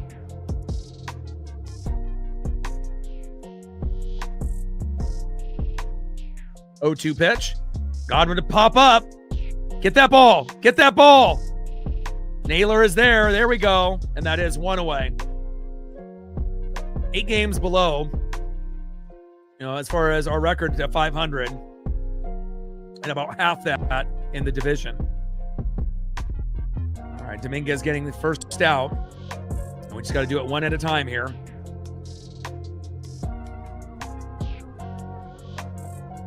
Next up in the 8-hole, DHing Michael Conforto. On deck is Carson Kelly. And obviously the Cubs are 20 games above 500, you know, compared to the 30, you know, that we saw against the Brewers. First pitch with the splitter, 87 miles an hour, low and at the knees, 1-0 count. Odin in the building. What's good, brother? 1-0 pitch from Dominguez to Conforto. And we get a challenge here by Cal, and hopefully we just get the corner here. 1-1 is a lot better than a 2-0 count here. Come on, Cal. Got him. Let's go. Good challenge there by Cal Raleigh. Call is overturned. 1 ball and 1 strike from Sir Anthony Dominguez to Michael Conforto. Top of the 10th inning, the game is tied at 5 with a ghost runner at second, Nico Werner. Sir Anthony Dominguez on the mound for the Mariners, Michael Conforto in the box for Chicago. And another disengagement by Dominguez.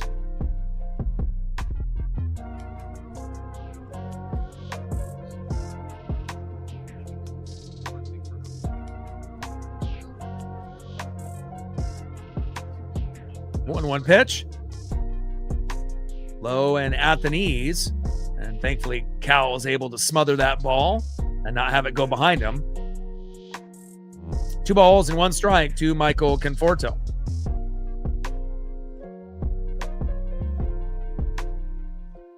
Nice. 2-1 pitch.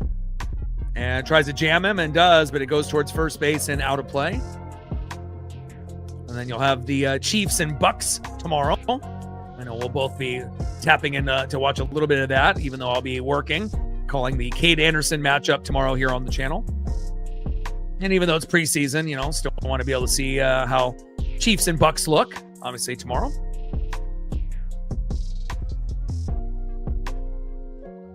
All right, Cal with a mound visit.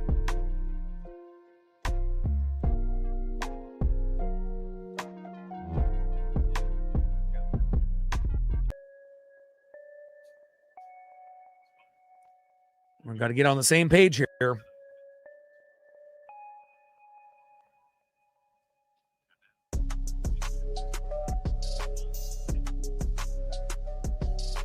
All right, top of the 10th inning, game tied at 5. Ghost runner at second, Nico Werner.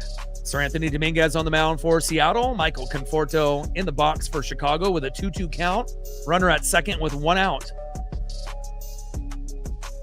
2-2 pitch from Dominguez and another disengagement. Come on! Throw the damn ball, Sir Anthony. How many times are you going to lift your leg up and turn around at second? Gosh. I mean, most of the time you're going to get irritated when it's the opposing team, but I mean, this is getting ridiculous. How many times are you going to do it? 2-2 pitch. Big swing and a miss. Got him. No throw to third. Werner ends up stealing a bag, but we do get 2 away.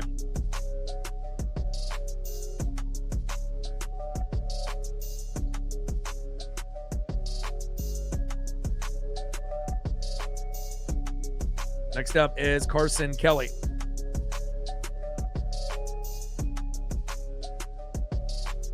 Yeah, preseason this week and next week. There's only 3 weeks of preseason, and then we get into the regular season. First pitch is high and away, four-seam fastball to Carson Kelly, the catcher, 1-0 count.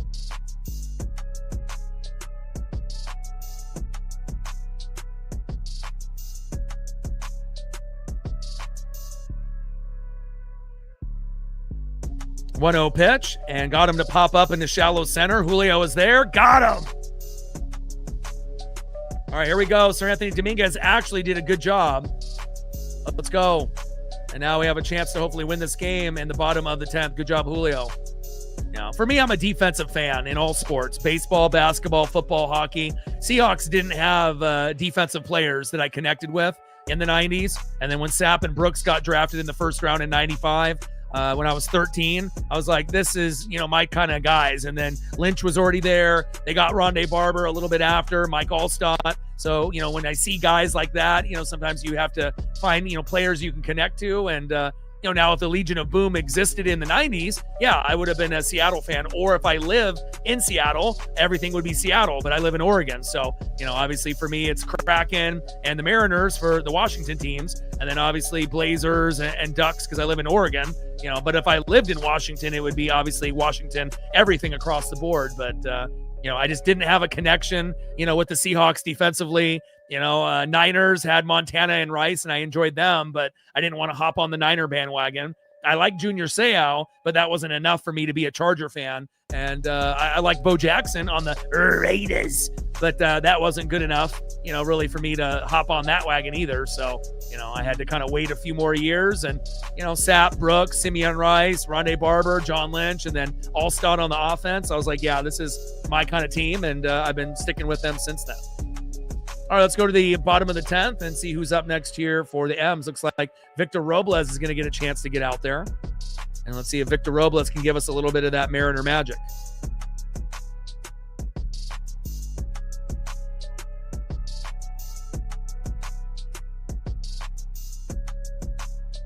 So Robles is hitting for Canzone. So Robles, Julio, Naylor. All right, Victor, let's go.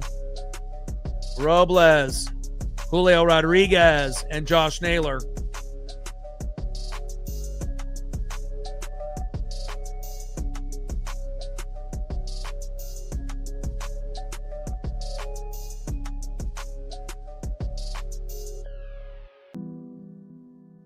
Trident's up. Let's go, M's.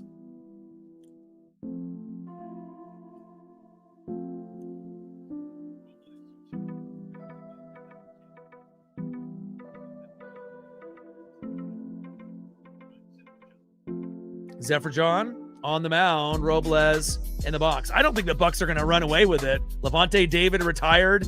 All right, Mike Evans, went to the Niners. We got some sexy pieces on offense with Baker and whatnot, and then got Vita Vea's contract situation finally handled. They still got to take care of Baker. Ruben Bain, could end up winning Rookie of the Year, but I don't think it's a lock for the Bucks to run away with the South. Anything can happen. And Robles, and Robles gets hit in the face. Jesus Christ. What the hell was that? Robles goes in for showing bunt and gets hit in the head. What the fuck was that? I mean, luckily this isn't the Tigers or Astros, and we're brawling right now. Jesus. I hope he's okay.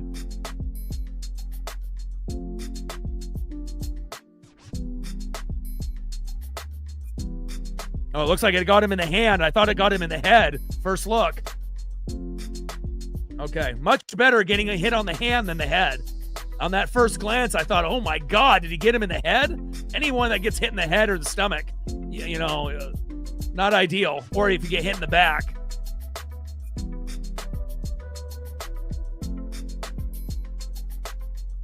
All right, they called it on the field as a foul ball, but it looked like it got him on the hand. So let's take a quick look with the challenge here, and hopefully we'll end up having Robles at first and another runner at second there. That scared the hell out of me. Holy cow. I mean, we've already seen Cal, get hit in the stomach intentionally by the Tigers, and we know the Astros are dirty. And it's close. I mean, it hits a little bit of the bat. It looks like it might have grazed one of the fingers, though, on the knuckle on the right hand, but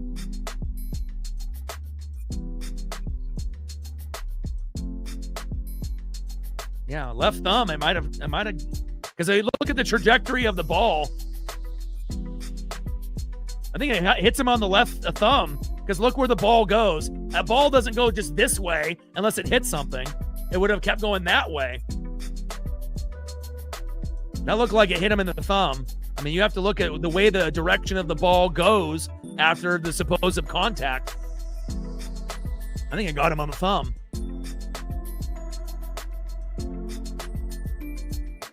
But we'll find out if they agree or not. First replay, it kind of looked like it got the bat and might have grazed a finger. Second replay looked maybe like just the bat. Third replay looked like it actually got the left-hand thumb, and then the ball started to kind of drift in the opposite direction. Wow, and they call it foul ball. All right. We got a runner at second with an 0-1 count, and I'm happy that he didn't get hit in the head. I will, brother. Okay, you're gonna stay up late? All right. No worries. I'll reach out to you after I'm done streaming. I got to eat dinner and take Paisley for a walk, but we can end up probably watching a little bit of that together. I'll message you when I'm done working.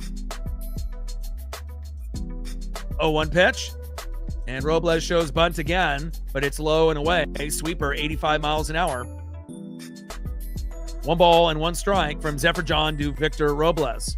Come on, Mariners. Find a way to win this game 6-5. We need this. Cubs are already 20 games above 500. It doesn't matter if they win or not, but, when you're 8 below, you got to. And Robles with a bunt. Run, run, run, run, run. There we go. And moves the runner over. And Robles does his job. Randy is safe at third. Good job, Robles. And most importantly, I'm glad that Robles didn't get hit in the head and get hurt, because the last thing that we need is another injury. We've already had more injuries in 2026 than any year in the last 40 years. So Randy is safe at third. And now we have Julio Rodriguez with the potential game-winning RBI here, or sac fly.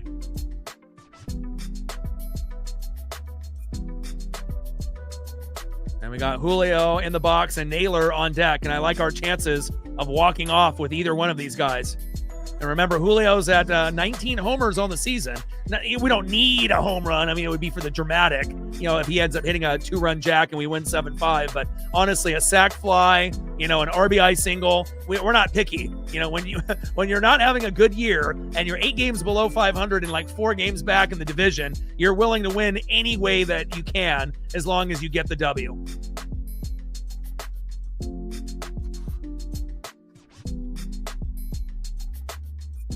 Let's go, Julio.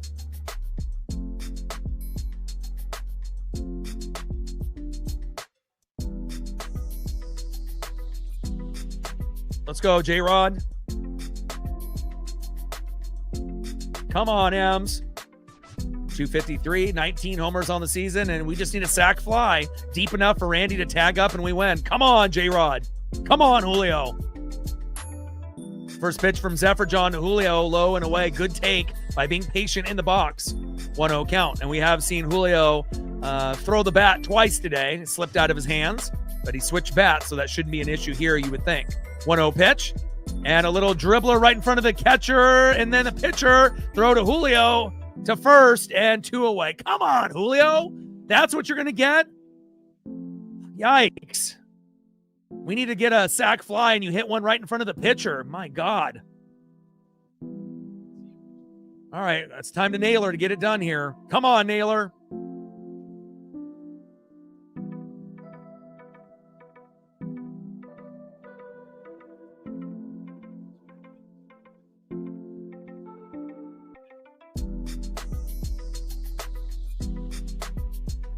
And Naylor's intentionally walked. And now we have to have Leo Rivas hit. Ay, ay, ay.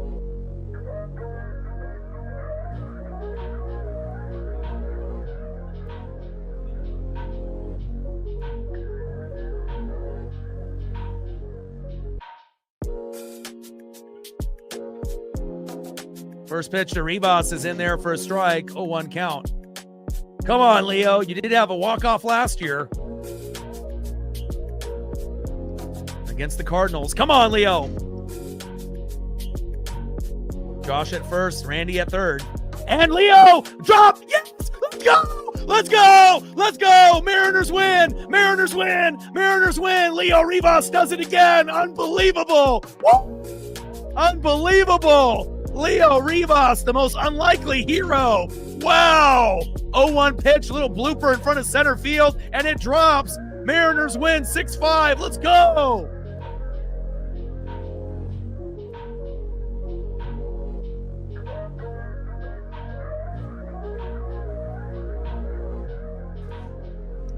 I was thinking to myself, Leo Rivas, I mean, what are the chances that Rivas actually gets a hit there? You know, maybe 1 out of 100, you know, and he did it. Unbelievable. He did have a walk-off last year, you know, against the Cardinals. And again, you know, he hasn't been on the team for very long, has been in AAA, and he's actually worse as a player this year than he was last year. You know, we had Dylan Moore, who was sucking ass for months, and we thought, well, Rivas is doing good. We should call him up. And then we waited like 3 months too late, but we finally got Leo up. And, you know, he helped us win a few games at the end of the year. And Rivas just coming back to the team recently. And Rivas with a little bloop single. And that's what it's about. Next man up mentality. Leo Rivas, you the man. Let's go.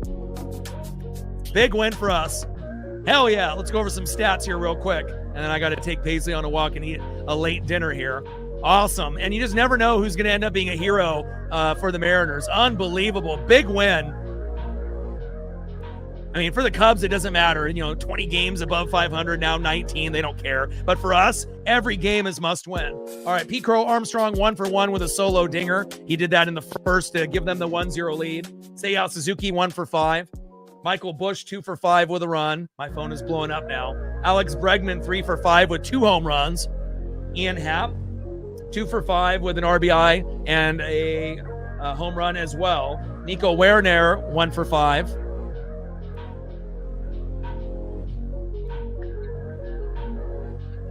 Pedro Martinez 0 for 4. Michael Conforto 0 for 4.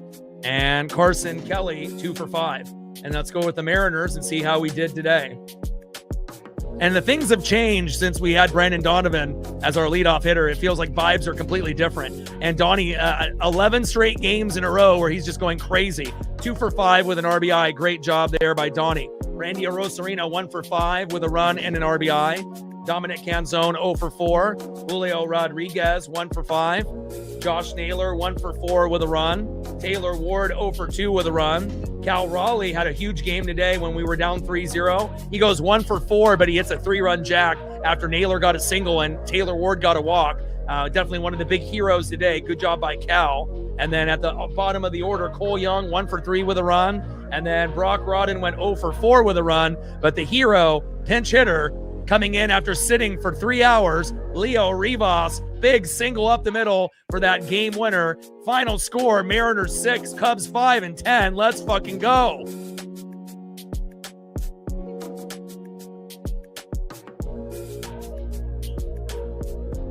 Big game. Awesome. And then we got tomorrow a big one.